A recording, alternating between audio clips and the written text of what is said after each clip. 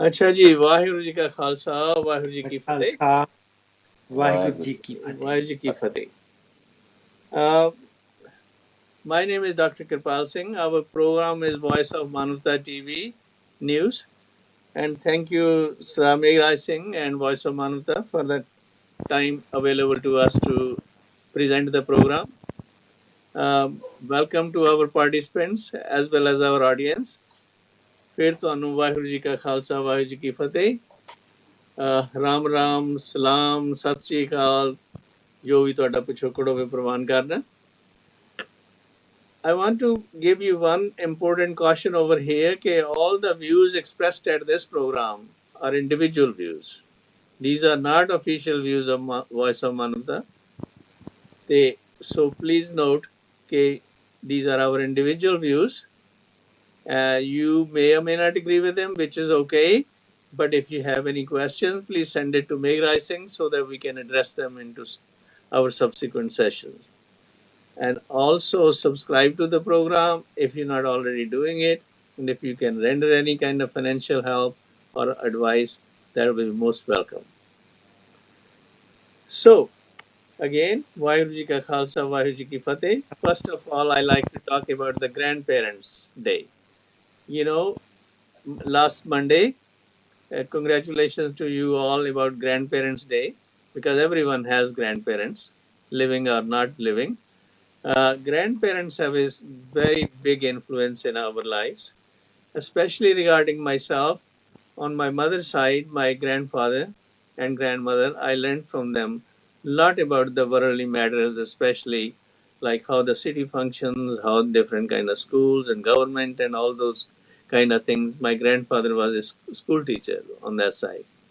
And on my father's side, he was a cloth merchant and he was also deep in the spiritual things such as Kirtan, Katha, and readings. So I learned a lot from him about Gursikhi. And a couple of examples I may cite. I used to go with him outside on a walk, holding his finger. He will greet everyone like, Vaheguru Ji Ka Khalsa, Vaheguru Ji Ki Fateh, or Ram Ram, or Salam, or whatever people may be, of whatever religious background may be. And one day I asked him, Bapuji, I used to call him Bapuji, Bapuji, do you know them, these people? So many people? He said, no. He said, then next day I went with him again. I asked, he did the same. I asked him, if you don't know them, why do you talk to them? He said, Kaka, since you are asking me, I will tell you what the reason is. He said, I learned from my grandfather that uh, whoever greets first, especially Fateh, is towards a Sikh individual, the Maharaj da jada muh hai, Dasme Pasha's face is on that person's side and back is on the other person's side who waits to be to do his Fateh. That really appealed me. I started doing the same like he did. And in my career as a physician, I met with all different kinds of people. I will always try to take the opportunity to greet them first instead of they greeting me. Lots of time it helped to break the ice and help us make good friends. And more recently, a situation happened in the same light. My wife and I were in an office, and there was a gentleman, Caucasian gentleman, who was looking at us, at her and me, very curiously and a little bit suspiciously. And she felt very uncomfortable, and she wanted me not to look at him, go towards him. I ignored her advice. I went towards him. I introduced myself that, hello, sir. I just want you to know I'm from India. And I also want you to know that the reason why I'm wearing turban is because it's part of my faith. Oh, he was quite alive and he started asking me more questions. And I gave him even my card about who the Sikh Americans are, which he read. And he started talking about then his brother in Bangkok and other places and all. We had a nice conversation and it also made my wife feel a lot easier, better in the office. What I'm trying to point out is how we learn from our grandparents. and other people different kind of ideas, and which can be extremely useful for us in our lives. And the same way, people who are grandparents, especially the audience, please note that you have a role to teach your grandchildren too, something like that which I learned from my grandparents.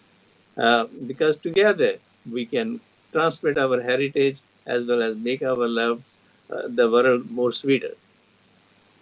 Having said that, we also have a new person today with us, Sardar Kamalji Singh, and we will be talking more with him later on.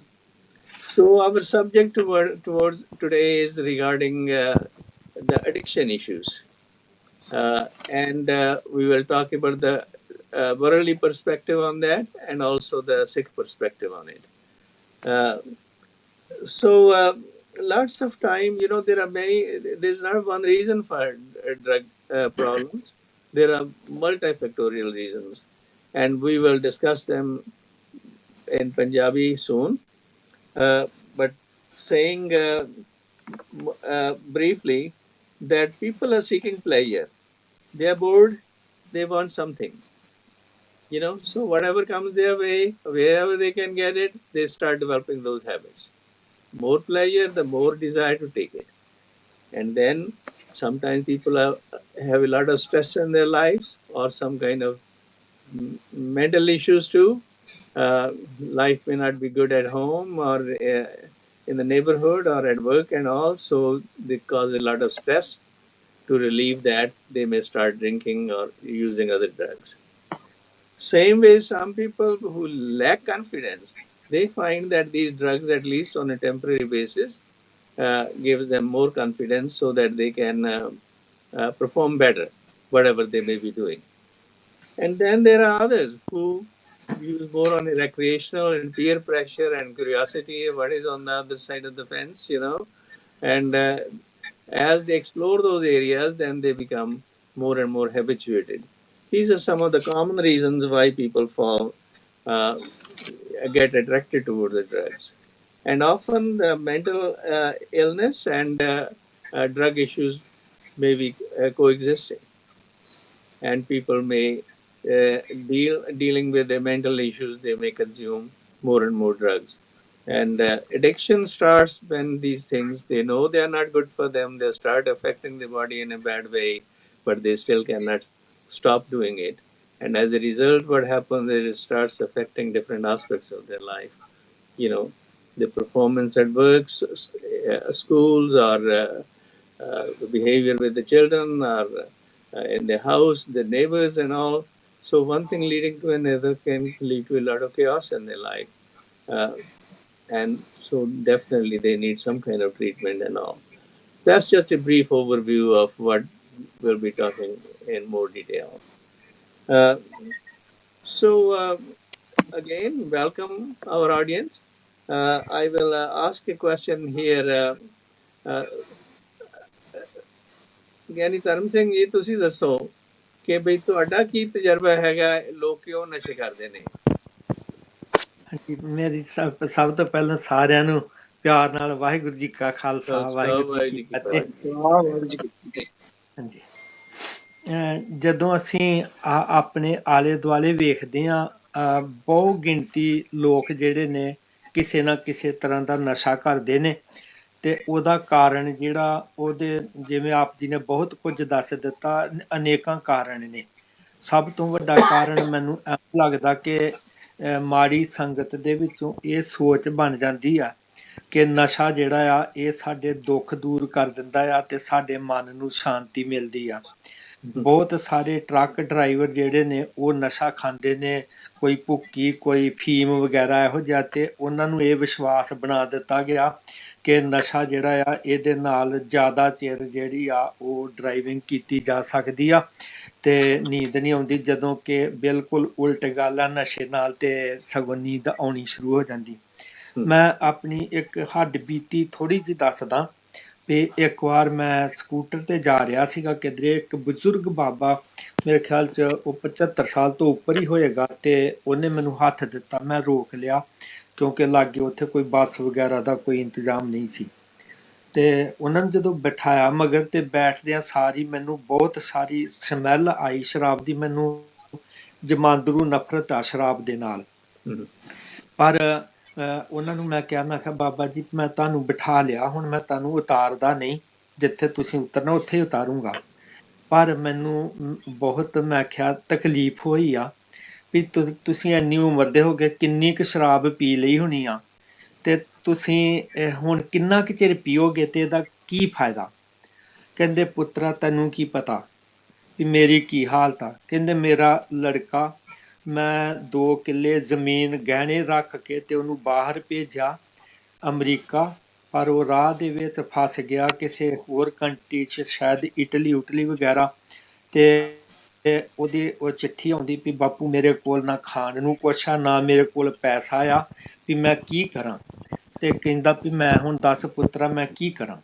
ਮੈਂ ਕਿਹਾ ਫਿਰ ਇੱਕ ਬੇਨਤੀ ਮੇਰੀ ਆ ਭਈ ਜਿਹੜਾ ਇਹ ਤੁਸੀਂ ਸ਼ਰਾਬ ਪੀਤੀ ਆ, ਇਹਦੇ ਨਾਲ ਤੁਹਾਨੂੰ ਚੇਤਾ ਨਹੀਂ ਭੁੱਲਾ ਆਪਣੇ ਨਾ ਪੁੱਤਰ ਦਾ, ਨਾ ਉਹਦੇ ਦੁੱਖ ਦਾ, ਨਾ ਇਹਨੇ ਤੁਹਾਡਾ ਕੋਈ ਦੁੱਖ ਦੂਰ ਕੀਤਾ।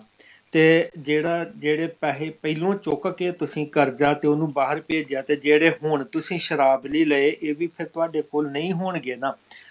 ਖੈਰ ਇਹਦਾ ਇੱਕ ਬਹੁਤ ਵੱਡਾ ਕਾਰਨ ਆ ਕਿ ਇੱਕ ਗਲਤ ਭਾਵਨਾ ਭਰ ਦਿੱਤੀ ਜਾਂਦੀ ਆ ਕਿ ਜਿਹੜਾ ਸ਼ਰਾਬ ਦਾ ਨਸ਼ਾ ਆ ਇਹ ਖੁਸ਼ੀ ਨੂੰ ਵਧਾਉਂਦਾ ਆ ਤੇ ਦੁੱਖ ਨੂੰ ਦੂਰ ਕਰਦਾ ਆ। ਮੇਨ ਰੀਜ਼ਨ ਇਹ ਆ। ਬਾਕੀ ਸੰਗਤ ਦੇ ਵਿੱਚੋਂ ਇੱਕ ਦੂਸਰੇ ਨੂੰ 4 ਬੰਦੇ ਸ਼ਰਾਬ ਪੀਂਦੇ ਹੋਣ ਤੇ 5ਵੇਂ ਨੂੰ ਬਦੋ ਬਦੀ ਤੈਨੂੰ ਮੇਰੀ ਸਹੁੰ ਲੱਗੇ, ਮੇਰਾ ਜੇ ਤੂੰ ਮਿੱਤਰ ਆ, ਮੇਰਾ ਤੂੰ ਫਿਰ ਕਹਿਣਾ ਮੰਨ, ਕਿੱਦਾਂ ਨਹੀਂ ਮੰਨੇਗਾ। ਜ਼ਬਰਦਸਤੀ ਇਹ ਕਾਰਨ ਨੇ। ਇਹਦੇ ਨਾਲ ਹੋਰ ਬਹੁਤ ਸਾਰੇ ਕਾਰਨ ਆਪਾਂ ਡਿਸਕਸ ਕਰਦੇ ਰਵਾਂਗੇ। ਥੈਂਕ ਯੂ ਗਿਆਨੀ ਜੀ, ਬਹੁਤ ਮਿਹਰਬਾਨੀ। ਡਾਕਟਰ ਕੁਲਵਿੰਦਰ ਸਿੰਘ ਜੀ ਤੁਸੀਂ ਆਪਣਾ ਦੱਸੋ। ਹਾਂਜੀ ਸਰ ਦੇਖੋ ਜਿਹੜੀ ਇਨਸਾਨੀ ਫਿਤਰਤ ਹੈ ਨਾ, ਜਿਸ ਤਰ੍ਹਾਂ ਆਪ ਜੀ ਨੇ ਤੇ ਪ੍ਰਿੰਸੀਪਲ ਸਾਹਿਬ ਨੇ ਸਾਰਾ ਚਾਨਣਾ ਪਾਇਆ ਹੈ ਕਿ ਇਨਸਾਨੀ ਫਿਤਰਤ ਹੈ। ਇਨਸਾਨ ਜਿਹੜਾ ਹੋਂਦ 'ਚ ਆਇਆ ਨਾ, ਹੋਂਦ 'ਚ ਇਸੇ ਵਾਸਤੇ ਆਇਆ, ਕਹਿ ਲਓ ਕਿ ਅਸੀਂ ਸੰਸਾਰ ਦੇ ਵਿੱਚ ਇੱਕ ਸਕੂਲ 'ਚ ਭੇਜੇ ਗਏ ਹਾਂ। ਸਾਡਾ ਜਿਹੜਾ ਆਂਦਾ ਨਾ, ਜਿੱਦਾਂ ਗੁਰਬਾਣੀ 'ਚ ਲਾਈਨ ਆਉਂਦੀ, ਕਵਨ ਕਾਜ ਸਿਰਜੇ ਜਗ ਭੀਤਰ, ਜਨਮ ਕਵਨ ਫਲ ਪਾਇਆ। ਉਹ ਕਹਿੰਦੇ ਵੀ ਸੰਸਾਰ ਤੇ ਜੇ ਆਏ ਆ ਤੇ ਕਿਸ ਕੰਮ ਵਾਸਤੇ ਆਏ ਆ, ਤੇ ਇਹ ਜਿਹੜਾ ਜਨਮ ਹੈ ਸਾਨੂੰ ਕਿਸ ਕੰਮ ਵਾਸਤੇ ਮਿਲਿਆ। ਭਵਨਿਧ ਤਰਨ ਤਾਰਨ ਚਿੰਤਾ ਮਨ, ਇੱਕ ਨਿਮਖ ਨਾ ਇਹ ਮਨ ਲਾਇਆ। ਤੇ ਕਹਿੰਦੇ ਜਿਹੜਾ ਸਾਡਾ ਕਰਤਾ ਹੈ, ਜਿਹਨੇ ਸਾਨੂੰ ਬਣਾਇਆ ਹੈ, ਅਸੀਂ ਉਹਨੂੰ ਪਹਿਚਾਣਦੇ ਹਾਂ। ਹਾਂਜੀ ਸੋ ਜਿਹੜਾ ਤੁਸੀਂ ਇਹਦੇ ਵਿੱਚ ਨਾ ਜ਼ਰਾ ਆਪਾਂ ਵੀ will come to the Gurbani perspective, ਜਿਹੜਾ ਤੁਸੀਂ ਆਮ ਪੇਸ਼ੈਂਟ ਦੇ ਵਿੱਚ ਦੇਖਦੇ ਆ, ਜਦੋਂ ਤੁਸੀਂ ਦੇਖਦੇ ਆ ਤੁਹਾਨੂੰ ਉਹ ਕੀ ਦੱਸਦੇ ਨੇ ਆ ਕੇ, ਬਈ ਕੀ ਸਾਨੂੰ, ਮੈਨੂੰ ਕਿਉਂ ਆਦਤ ਪਈ ਆ, ਕਿਉਂ ਨਹੀਂ ਮੈਂ ਛੱਡ ਸਕਦਾ, ਜਾਂ ਕਿਵੇਂ। ਹਾਂਜੀ ਸਰ, ਉਹ ਜ਼ਿਕਰ ਕਰੋ। ਠੀਕ ਹੈ ਸਰ। ਉਹਦੇ ਵਿੱਚ ਸਰ ਇਸ ਤਰ੍ਹਾਂ ਹੈ ਕਿ ਮੈਂ ਜਿਸ ਤਰ੍ਹਾਂ ਪ੍ਰਿੰਸੀਪਲ ਸਾਹਿਬ ਨੇ ਸ਼ੇਅਰ ਕੀਤਾ, ਮੈਂ ਆਪਣਾ ਲਾਈਫ ਦਾ ਇੱਕ ਐਕਸਪੀਰੀਅੰਸ ਹੀ ਸ਼ੇਅਰ ਕਰ ਲੈਣਾ ਤੁਹਾਡੇ ਨਾਲ। ਜਦੋਂ ਮੈਂ ਨਵੀਂ ਜੋਬ ਜੁਆਇਨ ਕੀਤੀ ਨਾ, ਤੇ ਸਾਡੀ ਜਿਹੜੀ ਜੋਬ ਹੈ ਨਾ PCMS ਜੋਬ, ਉਹ ਪੈਰੀਫਰੀ ਤੋਂ ਸਟਾਰਟ ਹੁੰਦੀ ਹੈ। ਅਸੀਂ ਵੀ ਗੋ ਟੂ ਵਿਲੇਜਸ ਜਾ ਕੇ ਅਸੀਂ ਜੋਬ ਦਿੰਦੇ ਆ। ਹਾਂਜੀ। ਤੇ ਮੈਂ ਨਵਾਂ ਅੰਮ੍ਰਿਤ ਛਕਿਆ ਸੀ, ਸੇਵਾ ਭਾਵਨਾ ਬਹੁਤ ਸੀ ਉਦੋਂ। ਦਿਨ ਵੀ ਬੜੇ ਸੁਖਾਵੇਂ ਨਹੀਂ ਸਨ ਕਿਉਂਕਿ ਐਕਸਟ੍ਰੀਮਿਜ਼ਮ ਦਾ ਬਹੁਤ ਜ਼ੋਰ ਸੀ। ਪਰ ਸਾਨੂੰ ਇੱਕ ਆਦਤ ਸੀ ਕਿ ਮੋਟਰਸਾਈਕਲ ਤੇ ਜਾਂਦੇ ਸਾਂ ਡਿਊਟੀ ਤੇ ਜਦੋਂ ਕੋਈ ਸਾਨੂੰ ਰਸਤੇ ਵਿੱਚ ਮਿਲਣਾ ਨਾ, ਅਸੀਂ ਉਹਨੂੰ ਲਿਫਟ ਦੇ ਦੇਣੀ। ਹਾਂਜੀ। ਮੇਰੇ ਨਾਲ ਇੱਕ ਵਾਰੀ ਏਦਾਂ ਹੋਇਆ ਕਿ ਮੈਂ ਸ਼ਾਮ ਦੇ ਵੇਲੇ ਕਿਸੇ ਨੂੰ ਲਿਫਟ ਦੇ ਦਿੱਤੀ, ਤੇ ਜਿਸ ਤਰ੍ਹਾਂ ਪ੍ਰਿੰਸੀਪਲ ਸਾਹਿਬ ਨੇ ਦੱਸਿਆ ਨਾ, ਤੇ ਉਹ ਬੰਦੇ ਦੋ ਦਿਨ ਡਰੰਕ ਸਨ। ਮੈਂ ਕਿਹਾ ਚਲੋ ਕੋਈ ਗੱਲ ਨਹੀਂ, ਇਹਨੇ ਡਰਿੰਕ ਕੀਤੀ ਹੋਈ ਹੈ। ਜਦੋਂ ਮੇਰਾ ਪਿੰਡ ਆ ਗਿਆ ਤੇ ਮੈਂ ਉਹਨਾਂ ਨੂੰ ਕਹਾਂ ਮੇਰੀ ਸਟੇਸ਼ਨ ਆ ਗਿਆ, ਮੈਂ ਉਤਰਨਾ ਗਾ, ਤੁਸੀਂ ਆਪੇ ਚੱਲ ਜਾਓ। ਉਹ ਮੇਰਾ ਮੋਟਰਸਾਈਕਲ ਛੱਡਣਾ, ਉਹਨਾਂ ਨੇ ਨਸ਼ਾ ਕੀਤਾ, ਉਹਨਾਂ ਨੂੰ ਹੋਸ਼ ਨਹੀਂ। ਉਹ ਕਹਿੰਦੇ ਸਾਨੂੰ ਸਾਡੇ ਪਿੰਡ ਛੱਡ ਕੇ ਆ। ਰਾਤ ਦਾ ਟਾਈਮ ਹਨੇਰਾ ਹੋਇਆ, ਉਹ ਇੰਨੀ ਜ਼ਿਆਦਾ ਉੱਥੇ ਸਿਚੁਏਸ਼ਨ ਆਕਵਰਡ ਬਣੀ ਕਿ ਮੇਰਾ ਉਹਨਾਂ ਕੋਲੋਂ ਖਹਿੜਾ ਛਡਾਉਣਾ ਔਖਾ ਹੋ ਗਿਆ। ਮੈਂ ਸ਼ੇਅਰ ਨਹੀਂ ਕਰ ਸਕਦਾ ਕਿ ਮੈਨੂੰ ਉਹਨਾਂ ਨਾਲ ਲੜਨਾ ਪਿਆ, ਕਹਿ ਲਓ, ਉਹਨਾਂ ਕੋਲ ਖਹਿੜਾ ਛਡਾਉਣ ਲਈ। ਸੋ ਬੰਦੇ ਦੀ ਜਿਹੜੀ ਸਿਚੁਏਸ਼ਨ ਇੰਨੀ ਬੁਰੀ ਹੁੰਦੀ ਹੈ। ਜਦੋਂ ਤੱਕ ਮਰੀਜ਼ਾਂ ਦਾ ਸਵਾਲ ਹੈ, ਮਰੀਜ਼ ਸਾਡੇ ਕੋਲ ਡਿਊਟੀ ਤੇ ਪਿਛਲੇ ਸਮੇਂ 'ਚ ਵੀ 4-5 ਸਾਲ ਪਹਿਲਾਂ ਆਉਂਦੇ ਰਹੇ ਨੇ ਮਰੀਜ਼। ਹੁਣ ਤੇ ਮੈਂ ਆਊਟ ਆਫ ਜੋਬ ਹਾਂ। ਕਿ ਜਦੋਂ ਮਰੀਜ਼ਾਂ ਦੀਆਂ ਮਾਵਾਂ ਨੇ ਆ ਕੇ ਸਾਨੂੰ ਕਹਿਣਾ, ਡਾਕਟਰ ਸਾਹਿਬ ਸਾਡੇ ਕੋਲ ਇੰਨੀ ਪੈਲੀ ਹੈ, ਇੰਨਾ ਪੈਸਾ ਹੈ, ਸਾਡਾ ਬੱਚਾ ਜ਼ਿੰਦਗੀ ਭਰ ਵਿਹਲਾ ਬੈਠਾ ਖਾਵੇ ਨਾ, ਅਸੀਂ ਖਵਾ ਸਕਦੇ ਹਾਂ। ਹਾਂਜੀ ਲੇਕਿਨ ਕਿਸੇ ਤਰ੍ਹਾਂ ਕਿਸੇ ਤਰੀਕੇ ਦਾ ਨਸ਼ਾ ਛਡਾ ਦਿਓ, ਇਹ ਰੋਜ਼ ਦਾ 2-2 4-4 ਹਜ਼ਾਰ ਦਾ ਨਸ਼ਾ ਖਾ ਜਾਂਦਾ ਹੈ, ਤੇ ਘਰ ਦੀ ਕੋਈ ਚੀਜ਼ ਸਾਡੀ ਸੇਫ ਨਹੀਂ ਹੈਗੀ। ਸੋ ਉਦੋਂ ਸਾਨੂੰ ਮਹਿਸੂਸ ਹੋਣਾ ਕਿ ਇਹ ਜਿਹੜੀ ਚੀਜ਼ ਹੈ ਨਾ, ਕਾਰਨ ਕੀ ਹੈ ਕਿ ਡਿਸਸੈਟਿਸਫੈਕਸ਼ਨ, ਪਹਿਲੀ ਗੱਲ ਤੇ ਕਿ ਅਨਐਮਪਲਾਇਮੈਂਟ। ਜੇ ਬੱਚਾ ਪੜ੍ਹਿਆ ਲਿਖਿਆ ਹੈ, ਉਹਦੇ ਕੋਲ ਕਰਨ ਲਈ ਕੁਝ ਨਹੀਂ ਹੈਗਾ। ਜਦੋਂ ਉਹ ਜ਼ਿੰਦਗੀ ਤੋਂ, ਘਰ ਦੇ ਕਹਿੰਦੇ ਨੇ ਕਾਕਾ ਜਾ ਕੇ ਕੰਮ ਲੱਭ, ਤੇ ਉਹ ਜਦੋਂ ਕੰਮ ਲੱਭਣ ਜਾਂਦਾ ਇੱਕ ਦੋ ਥਾਂ ਤੇ ਉਹਨੂੰ ਡਿਸਪਾਇੰਟਮੈਂਟ ਹੁੰਦੀ ਹੈ, ਪੇਰੈਂਟਸ ਮਹਿਸੂਸ ਕਰਦੇ ਆ ਕਿ ਖਰੇ ਬੱਚਾ ਇੰਟਰਸਟ ਨਹੀਂ ਲੈ ਰਿਹਾ। ਲੇਕਿਨ ਰਿਐਲਿਟੀ ਕੀ ਹੁੰਦੀ ਹੈ ਕਿ ਰਿਐਲਿਟੀ ਇਹ ਹੁੰਦੀ ਹੈ ਕਿ ਉਹਨੂੰ ਜੌਬ ਮਿਲ ਨਹੀਂ ਰਿਹਾ ਹੁੰਦਾ ਹੈ। ਸੋ ਕਿਸੇ ਨਾ ਕਿਸੇ ਕਾਰਨਰ ਚੋਂ ਡਿਸਸੈਟਿਸਫੈਕਸ਼ਨ ਜਨਮ ਲੈਂਦੀ ਹੈ, ਘਰ ਦੇ ਵੀ ਉਹਨੂੰ ਥੋੜਾ ਬਹੁਤਾ ਇਲ ਟ੍ਰੀਟ ਕਰਦੇ ਨੇ, ਖਰੇ ਬੱਚਾ ਢਿੱਲ ਕਰ ਰਿਹਾ ਹੈ, ਤੇ ਉਹ ਅਲਟੀਮੇਟਲੀ ਜਿਹੜਾ ਬੱਚਾ, ਇਹੋ ਜਿਹਾ ਬੰਦਾ ਜਿਹੜਾ ਨਾ ਡਿਸਪਾਇੰਟਡ, ਉਹ ਮਾੜੇ ਪਾਸੇ ਬੜੀ ਜਲਦੀ ਪੈ ਜਾਂਦਾ ਹੈ। ਉਹ ਗੱਲ ਉਹਨੂੰ ਤੁਹਾਡੀ ਠੀਕ ਹੈ। ਹਾਂਜੀ ਹਾਂਜੀ ਪਰ ਹਾਂਜੀ ਸਰ, ਡਾਕਟਰ ਸਾਹਿਬ ਨਾਲ ਉਹ ਜਿਹੜੇ ਹਾਂਜੀ ਬੰਦੇ, ਕਈ ਵਾਰੀ ਹੁੰਦਾ ਵੀ ਬੰਦਾ ਕੰਮ ਜੋ ਵੀ ਮਿਲ ਜਾਏ, ਜਿਵੇਂ ਹੁਣ ਬਾਹਰਲੇ ਮੁਲਕ ਹੈ, ਜੋ ਵੀ ਬੰਦੇ ਨੂੰ ਹਾਂਜੀ ਕੰਮ ਮਿਲ ਜਾਏ ਉਹ ਕਰਨ ਨੂੰ ਤਿਆਰ ਹੈ, ਉਹਨੇ ਆਪਣਾ ਤਿਆਰ ਗੁਜ਼ਾਰਾ ਹੈ, ਤਾਂ ਕਰਨਾ ਹੀ ਹੈ। ਪਰ ਕਰਨਾ ਹੀ ਹੈ। ਸਾਡੇ ਜਿਹੜੇ ਲੋਕ ਨੇ, ਉਹਨਾਂ ਦੇ ਹਾਂਜੀ ਮਨ 'ਚ ਪੱਕਾ ਵਸਿਆ ਹੈ ਵੀ ਮੈਂ ਆਹੀ ਕੰਮ ਕਰਨਾ, ਦੂਜਾ ਕੰਮ ਨਹੀਂ ਕਰਨਾ। ਨਹੀਂ ਕਰਨਾ, ਇਸ ਕਰਕੇ ਵੀ ਠੀਕ ਉਹਨਾਂ ਦੀ ਜਿਹੜੀ ਅਨਐਮਪਲੋਇਮੈਂਟ ਦੀ ਸਿਚੁਏਸ਼ਨ ਜਿਹੜੀ ਆ ਉਹ ਰੀਜ਼ਨ ਹੈ, ਵੱਧ ਹੈ ਜਾਂਦੀ। ਕੀ ਖਿਆਲ ਤੁਹਾਡਾ? ਇਹ ਬਿਲਕੁਲ ਤੁਹਾਡੇ ਗੱਲ ਠੀਕ ਹੈ ਸਰ ਜੀ। ਭਈ ਜਿਹੜੇ ਬੱਚੇ ਪੜ੍ਹੇ ਲਿਖੇ ਨੇ ਉਹ ਆਪਣਾ ਵਾਈਟ ਕਾਲਰ ਜੋਬ ਚਾਹੁੰਦੇ ਨੇ, ਹਾਂਜੀ ਪਰ ਦੂਸਰਾ ਇੱਕ ਹੋਰ ਇਸ਼ੂ ਹੈਗਾ ਹੈ, ਵੈਸਟਰਨ ਕਲਚਰ ਦੇ ਵਿੱਚ ਜਿਹੜਾ ਲੇਬਰ ਹੈ ਨਾ, ਲੇਬਰ ਦੇ ਵੈਲ ਪੇਡ ਹੋਣ ਕਰਕੇ ਨਾ ਪੜ੍ਹੇ ਲਿਖੇ ਬੰਦੇ ਲੇਬਰ ਕਰਨ ਤੋਂ ਗੁਰੇਜ਼ ਨਹੀਂ ਕਰਦੇ। ਇੰਡੀਆ ਦੇ ਵਿੱਚ ਜਿਹੜਾ ਲੇਬਰ ਹੈ ਨਾ, ਉਹ ਬਹੁਤ ਅੰਡਰਪੇਡ ਹੈ। ਅੰਡਰਪੇਡ ਹੋਣ ਕਰਕੇ ਨਾ ਬੰਦੇ ਨੂੰ ਪਤਾ ਹੁੰਦਾ ਮੈਂ ਸਾਰੀ ਦਿਹਾੜੀ ਮਿਹਨਤ ਵੀ ਕੀਤੀ ਤੇ ਮੇਰੀ ਜ਼ਰੂਰਤ ਹੀ ਨਹੀਂ ਪੂਰੀ ਹੋਣੀ, ਤੇ ਮੈਨੂੰ ਲੋਕਾਂ ਨੇ ਮਾੜੀ ਨਜ਼ਰ ਨਾਲ ਵੀ ਦੇਖਣਾ ਹੈ। ਸੋ ਇੱਕ ਤੇ ਕਲਚਰ ਨਹੀਂ ਹੈਗੀ ਵਰਕ ਦੀ ਕਲਚਰ, ਤੇ ਦੂਜਾ ਵਰਕ ਅੰਡਰਪੇਡ ਹੋਣ ਕਰਕੇ ਉਹ ਬੰਦਾ ਜਿਹੜਾ ਇਸ ਚੀਜ਼ ਤੋਂ ਅਵੋਇਡ ਕਰਦਾ ਹੈ। ਤੇ ਆਪ ਇਹ ਜੀ ਦੀ ਗੱਲ ਗੱਲ ਤੁਹਾਡੀ, ਬਿਲਕੁਲ ਮੈਂ, ਇਹ ਹਾਂਜੀ ਗੱਲ ਤੁਹਾਡੀ ਠੀਕ ਹੈ। ਪਰ ਇਹਦੇ ਵਿੱਚ ਵੀ ਦੇਖੋ, ਜੇ ਦੇਖਿਆ ਜਾਵੇ ਤੇ ਕਾਰਨ ਜਿਹੜਾ ਅੰਡਰਪੇਡ ਦਾ, ਵਨ ਆਫ ਦਾ ਕਾਰਨ ਅੰਡਰਪੇਡ ਦਾ ਇਹੀ ਹੈ ਕਿ ਬਈ ਹਾਂਜੀ ਲੋਕ ਜਿਹੜੇ ਨੇ ਜੋ ਗਰੀਬੀ ਕਰਕੇ ਜਾਂ ਜਿਵੇਂ ਵੀ ਕਹਿ ਲਓ, ਉੱਥੇ ਕੰਪੀਟੀਸ਼ਨ ਬੜਾ। ਜੇ ਤੁਸੀਂ ਨਹੀਂ ਕੰਮ ਹਾਂਜੀ ਕਰਦੇ, ਕੋਈ ਹੋਰ ਕਹਿ ਦੂ ਮੈਂ ਘੱਟ ਕੀਮਤ ਤੇ ਕਰ ਦਿੰਦਾ, ਕੋਈ ਹੋਰ ਕਹਿੰਦਾ ਮੈਂ ਘੱਟ ਕੀਮਤ ਤੇ ਕਰਦਾ। ਇਸ ਤਰ੍ਹਾਂ ਜਾਣੀ ਉਹ ਜਿਹੜੀ ਵੈਲਿਊ ਹੈ ਈਵਨ ਰੀਜ਼ਨੇਬਲ ਜਿਹੜੀ ਆ ਉਹ ਨਹੀਂ ਮਿਲਦੀ। ਨਹੀਂ ਮਿਲਦੀ, ਹਾਂਜੀ। ਤੇ ਇਸ ਨੂੰ ਕਿਵੇਂ, ਕੋਈ ਤਰੀਕਾ ਹੈ ਜਰਾ ਦੱਸਿਓਗਾ ਵੀ ਕਿਸ ਤਰ੍ਹਾਂ ਇਸ ਤੋਂ ਬਚਾਅ ਕੀਤਾ ਜਾ ਸਕੇ ਕਿ ਸਰ ਲੋਕਾਂ ਨੂੰ ਵਾਜਬ ਤਨਖਾਹ ਮਿਲੇ? ਹਾਂਜੀ ਸਰ, ਦੇਖੋ ਪਹਿਲੀ ਗੱਲ ਜਿਹੜਾ ਹੁੰਦਾ ਨਾ, ਲਾਅ ਆਫ ਡਿਮਾਂਡ ਹੁੰਦਾ ਹੈ। ਹਾਂਜੀ ਜਦੋਂ ਵੀ ਕੋਈ ਚੀਜ਼ ਹੁੰਦੀ ਹੈ ਨਾ, ਉਹ ਤੇ ਲਾਅ ਆਫ ਡਿਮਾਂਡ ਮੈਟਰ ਕਰਦਾ ਹੈ। ਜਦੋਂ ਚੀਜ਼ ਦੀ ਡਿਮਾਂਡ ਘੱਟ ਹੈ ਤੇ ਜਿਹੜੇ ਐਪਲੀਕੈਂਟ ਜ਼ਿਆਦਾ ਹੈ, ਉਹ ਆਟੋਮੈਟਿਕਲੀ ਵੈਲਿਊ ਘਟ ਜਾਂਦੀ ਹੈ। ਇੰਡੀਆ ਦੇ ਵਿੱਚ ਜਿਹੜਾ ਪ੍ਰਮੁੱਖ ਕਾਰਨ ਇਸ ਚੀਜ਼ ਦਾ ਨਾ, ਉਹ ਪਾਪੂਲੇਸ਼ਨ ਹੈ। ਆਬਾਦੀ ਇੰਨੀ ਜ਼ਿਆਦਾ ਹੈ ਕਿ ਇੰਨੀ ਆਬਾਦੀ ਲਈ 135-40 ਕਰੋੜ ਵਾਸਤੇ ਰੋਜ਼ ਕੰਮ ਕ੍ਰੀਏਟ ਕਰਨਾ ਜਿਹੜਾ ਇੱਕ ਬੜਾ ਵੱਡਾ ਚੈਲੰਜ ਹੈ। ਤੇ ਉਸ ਤੋਂ ਵੱਡਾ ਚੈਲੰਜ ਕੀ ਹੈ ਕਿ ਅਗਾਂਹ ਵੀ ਆਬਾਦੀ ਕੰਟਰੋਲ ਨਹੀਂ ਹੋ ਰਹੀ। ਇੱਕ ਤੇ ਜਿੰਨੀ ਆਬਾਦੀ ਹੈਗੀ ਹੈ, ਅਸੀਂ ਉਹਦੀ ਤੇ ਪਹਿਲਾਂ ਰਿਸੋਰਸਿਸ ਨੂੰ ਪੂਰੇ ਯੂਟਿਲਾਈਜ਼ ਨਹੀਂ ਕਰ ਪਾ ਰਹੇ, ਉਹਦੀਆਂ ਸਰਵਿਸਿਜ਼ ਸਾਨੂੰ ਅਸੀਂ ਲੈ ਨਹੀਂ ਰਹੇ ਕਿਉਂਕਿ ਅਨਐਮਪਲਾਇਮੈਂਟ ਹੈਗੀ ਹੈ, ਫਰਦਰ ਪਾਪੂਲੇਸ਼ਨ ਵਧੀ ਜਾ ਰਹੀ ਹੈ। ਸੋ ਇੱਕ ਪ੍ਰਮੁੱਖ ਕਾਰਨ ਜਿਹੜਾ ਹੈ ਕਿ ਇੰਨਾ ਵੱਡਾ ਕੰਟਰੀ ਹੋਣ ਕਰਕੇ ਇੰਨੇ ਜ਼ਿਆਦਾ ਜੌਬ ਦੀ ਕ੍ਰੀਏਸ਼ਨ ਕਰਨ ਵਾਸਤੇ ਬਹੁਤ ਜ਼ਿਆਦਾ ਗਰੋਥ ਚਾਹੀਦੀ ਹੈ। ਤੇ ਇਹਦਾ ਮਤਲਬ ਜਿਹੜਾ ਗਰੋਥ ਦਾ ਕਾਰਨ ਆ ਉਹ ਤਾਂ ਇਹੀ ਹੋਇਆ, lack of sexual control, lack of sexual precaution, ਕਿ ਜਿਨ੍ਹਾਂ ਕਰਕੇ ਵੀ ਬੰਦੇ, ladies become pregnant and you have more children. ਹਾਂਜੀ ਹਾਂਜੀ ਸਰ, ਬਿਲਕੁਲ ਅਵੇਅਰਨੈਸ ਨਹੀਂ ਹੈਗੀ। ਪਰ ਉਹਦੀ ਜਿਹੜੀ ਅਵੇਅਰਨੈਸ ਹੈ ਕਿਉਂ ਨਹੀਂ ਲੋਕਾਂ ਦੇ ਵਿੱਚ? ਜਦੋਂ ਉਹਨੂੰ ਚੰਗਾ ਭਲਾ ਪਤਾ ਕਿ ਵੀ ਜ਼ਿਆਦਾ ਫੈਮਿਲੀ ਵੱਡੀ ਹੋਊਗੀ ਤਾਂ ਉਨਾ ਹੀ ਸਾਨੂੰ ਔਖਾ ਹੋਣਾ, ਤੇ ਪਰ ਉਹ ਫਿਰ ਵੀ ਇਸ ਵੱਲ ਧਿਆਨ ਨਹੀਂ ਦਿੰਦੇ। ਨਹੀਂ ਧਿਆਨ ਦਿੰਦੇ।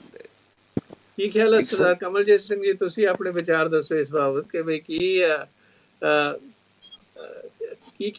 ਕਰਨਾ ਚਾਹੀਦਾ ਹੈ ਇੱਥੇ, ਕਿ ਵੀ ਸਾਡੇ ਜਿਵੇਂ ਨਾ ਕਿ ਪਾਪੂਲੇਸ਼ਨ ਕੰਟਰੋਲ ਹੋਣੀ ਚਾਹੀਦੀ ਹੈ, ਤੇ ਤਾਂ ਵੀ ਗਰੀਬੀ ਵੱਧ ਰਹੀ ਹੈ। ਜੋ ਬੰਦੇ ਹੈਗੇ ਨੇ, ਕੋਈ ਤੁਹਾਡੇ ਵਿਚਾਰ ਇਸ ਪਾਸੇ ਹੋਣ, ਕਿਵੇਂ ਕਿਸੇ ਦੀ ਮਦਦ ਕੀਤੀ ਜਾ ਸਕਦੀ ਹੈ, ਸਮਝਾਇਆ ਜਾ ਸਕਦਾ ਕਿ ਵੀ ਭਾਈ ਤੁਸੀਂ ਆਪਣੇ ਆਪ ਨੂੰ ਸੰਭਾਲੋ?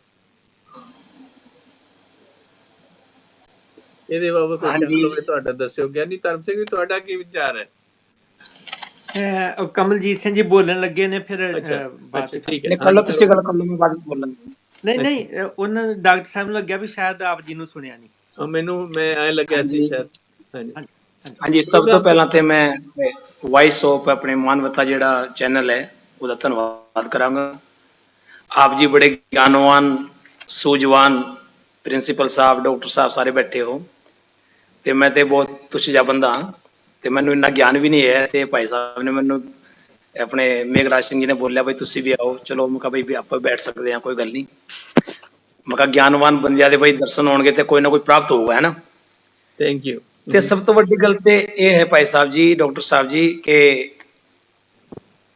ਸਾਡੇ ਜਿਹੜੇ ਮੈਂ ਸਭ ਤੋਂ ਪਹਿਲਾਂ ਆਪਣੇ ਸਿੱਖੀ ਦੀ ਗੱਲ ਕਰਾਂਗਾ ਹਾਂਜੀ ਸਿੱਖ ਪੰਥ ਦੀ ਕਿਉਂਕਿ ਸਾਡੇ ਪੰਜਾਬ ਵਿੱਚ ਸਭ ਤੋਂ ਵੱਡਾ ਅੱਜ ਨਸ਼ਾ ਹੈ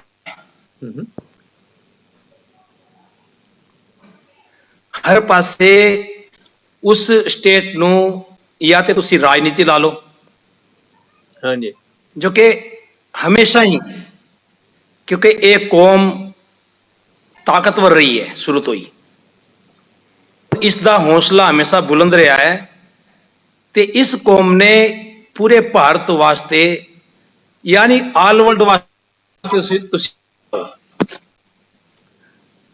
ਬੜੇ ਮੰਨੇ ਤੇ ਬੜੀ ਕੁਰਬਾਨੀਆਂ ਔਰ ਅਸੀਂ ਹਰ ਪਾਸੇ ਅੱਜ ਗੁਰੂ ਘਰ ਵੀ ਖੋਲੇ ਹੋਏ ਹਨ ਔਰ ਸਾਡੀ ਸ਼੍ਰੋਮਣੀ ਪ੍ਰਬੰਧਕ ਕੋਲ ਅੱਜ ਇੰਨੀ ਮਾਇਆ ਹੈ ਇੰਨੀ ਗੋਲਕ ਦਾ ਪੈਸਾ ਆਂਦਾ ਹੈ ਪਰ ਉਹ ਗੋਲਕ ਦਾ ਪੈਸਾ ਜਾਂਦਾ ਕਿੱਥੇ ਹੈ ਇਹ ਹਕੀਕਤ ਮੈਂ ਤੁਹਾਨੂੰ ਚਲੋ ਮੈਂ ਇੰਨੀ ਸਮਝ ਨਹੀਂ ਰੱਖਦਾ ਪਰ ਮੈਨੂੰ ਜਿਹੜਾ ਪਤਾ ਹੈ ਮੈਂ ਜਿਹੜੀ ਸੋਚ ਰੱਖਦਾ ਹਾਂਜੀ ਵੀ ਇੰਨਾ ਪੈਸਾ ਤੇ ਜਦੋਂ ਚੁਣਾਵ ਹੁੰਦੇ ਹਨ ਮੈਂ ਆਪਣੀ ਅੱਖੀ ਵੇਖਿਆ ਹੈ ਮੈਂ ਦਿੱਲੀ 'ਚ ਰਹਿਣਾ ਹਾਂਜੀ ਔਰ ਦਿੱਲੀ ਜਦੋਂ ਚੁਣਾਵ ਹੁੰਦੇ ਹੈ ਤੇ ਆਪਣੀ ਪ੍ਰਬੰਧਕ ਕਮੇਟੀ ਜਿਹੜੀ ਬਣਦੀਆਂ ਨੇ ਭਾਵੇਂ ਉਹ ਬੀਜੇਪੀ ਦੀ ਹੈ ਭਾਵੇਂ ਕਾਂਗਰਸ ਦੀ ਕੋਈ ਵੀ ਲਾ ਲਓ ਬਾਦਲ ਦੀ ਹੈ ਜਾਂ ਸ਼ਰਨੇ ਦੀ ਹੈ ਇਹਨਾਂ ਦਾ ਕੰਮ ਇੱਕੋ ਹੀ ਹੈ ਇਹ ਪ੍ਰਚਾਰ ਤੇ ਕਰਦੇ ਨੇ ਬਈ ਗੁਰੂ ਘਰ ਵਿੱਚ ਤੁਸੀਂ ਜਾ ਕੇ ਸ਼ਰਾਬ ਨਹੀਂ ਪੀਣੀ ਮੀਟ ਨਹੀਂ ਖਾਣਾ ਬਹੁਤ ਚੰਗੀ ਗੱਲ ਹੈ ਔਰ ਸਾਡਾ ਮੇਨ ਪ੍ਰਚਾਰ ਹੈ ਕਿਉਂਕਿ ਇਹ ਚੀਜ਼ ਚੰਗੀ ਨਹੀਂ ਹੈ ਕਿਸੇ ਵਾਸਤੇ ਵੀ ਚੰਗੀ ਨਹੀਂ ਹੈ ਇਸ ਸਾਰੇ ਸੰਸਾਰ ਵਾਸਤੇ ਬਹੁਤ ਮਾੜੀ ਚੀਜ਼ ਹੈ ਕਿਉਂਕਿ ਇਹ ਚੰਗੀ ਚੀਜ਼ ਨਹੀਂ ਹੈ ਇਹ ਸਭ ਨੂੰ ਪਤਾ ਹੈ ਸ਼ਰਾਬ ਉੱਤੇ ਲਿਖਿਆ ਹੁੰਦਾ ਹੈ ਸ਼ਰਾਬ ਪੀਣਾ ਸਰੀਰ ਦੇ ਲਈ ਹਾਨੀਕਾਰਕ ਹੈ ਕੋਈ ਵੀ ਨਸ਼ਾ ਤੰਬਾਕੂ ਹੈ ਕੋਈ ਵੀ ਨਸ਼ਾ ਹੈ ਜਿੰਨੇ ਵੀ ਨਸ਼ੇ ਅੱਜ ਫੈਲ ਰਹੇ ਨੇ ਸਾਰਿਆਂ ਉੱਤੇ ਚੇਤਾਵਨੀ ਦਿੱਤੀ ਹੁੰਦੀ ਹੈ ਰਾਈਟ ਹਾਂਜੀ ਇਹ ਸਰੀਰ ਲਈ ਬਹੁਤ ਖਤਰਨਾਕ ਹੈ ਪਰ ਫਿਰ ਵੀ ਅਸੀਂ ਉਸ ਪਾਸੇ ਭੱਜ ਰਹੇ ਹਾਂ ਔਰ ਸਭ ਤੋਂ ਵੱਡੀ ਗੱਲ ਤੇ ਕਿ ਜੇ ਸਾਡੇ ਆਗੂ ਹੀ ਅੰਧੇ ਹੋ ਜਾਣ ਜੇ ਸਾਡੇ ਆਗੂ ਹੀ ਇਹੋ ਜਿਹੇ ਕਦਮ ਚੁੱਕਣਗੇ ਤੇ ਸਾਡੀ ਕੌਮ ਦਾ ਕੀ ਹੋਵੇਗਾ ਕਾਸ਼ ਭਾਈ ਸਾਹਿਬ ਆਗੂਆਂ ਨੂੰ ਚੁਣਨ ਵਾਲਾ ਕੌਣ ਹੈ ਜੀ ਆਗੂਆਂ ਨੂੰ ਚੁਣਨ ਵਾਲਾ ਕੌਣ ਹੈ ਆਗੂਆਂ ਦੀ ਕੌਣ ਚੋਣ ਕਰਦਾ ਆਗੂਆਂ ਦੀ ਆਤਮਾ ਦੀ ਚੋਣ ਤੇ ਦੇਖੋ ਜੇ ਇਨਸਾਨ ਦੇ ਅੰਦਰ ਇਨਸਾਨੀਅਤ ਹੈ ਨਾ ਤਾਂ ਚੋਣ ਕਰ ਸਕਦਾ ਉਸ ਤਰ੍ਹਾਂ ਤੇ ਅੱਜ ਜਿਹੜਾ ਸਿਸਟਮ ਬਣ ਚੁੱਕਿਆ ਹੈ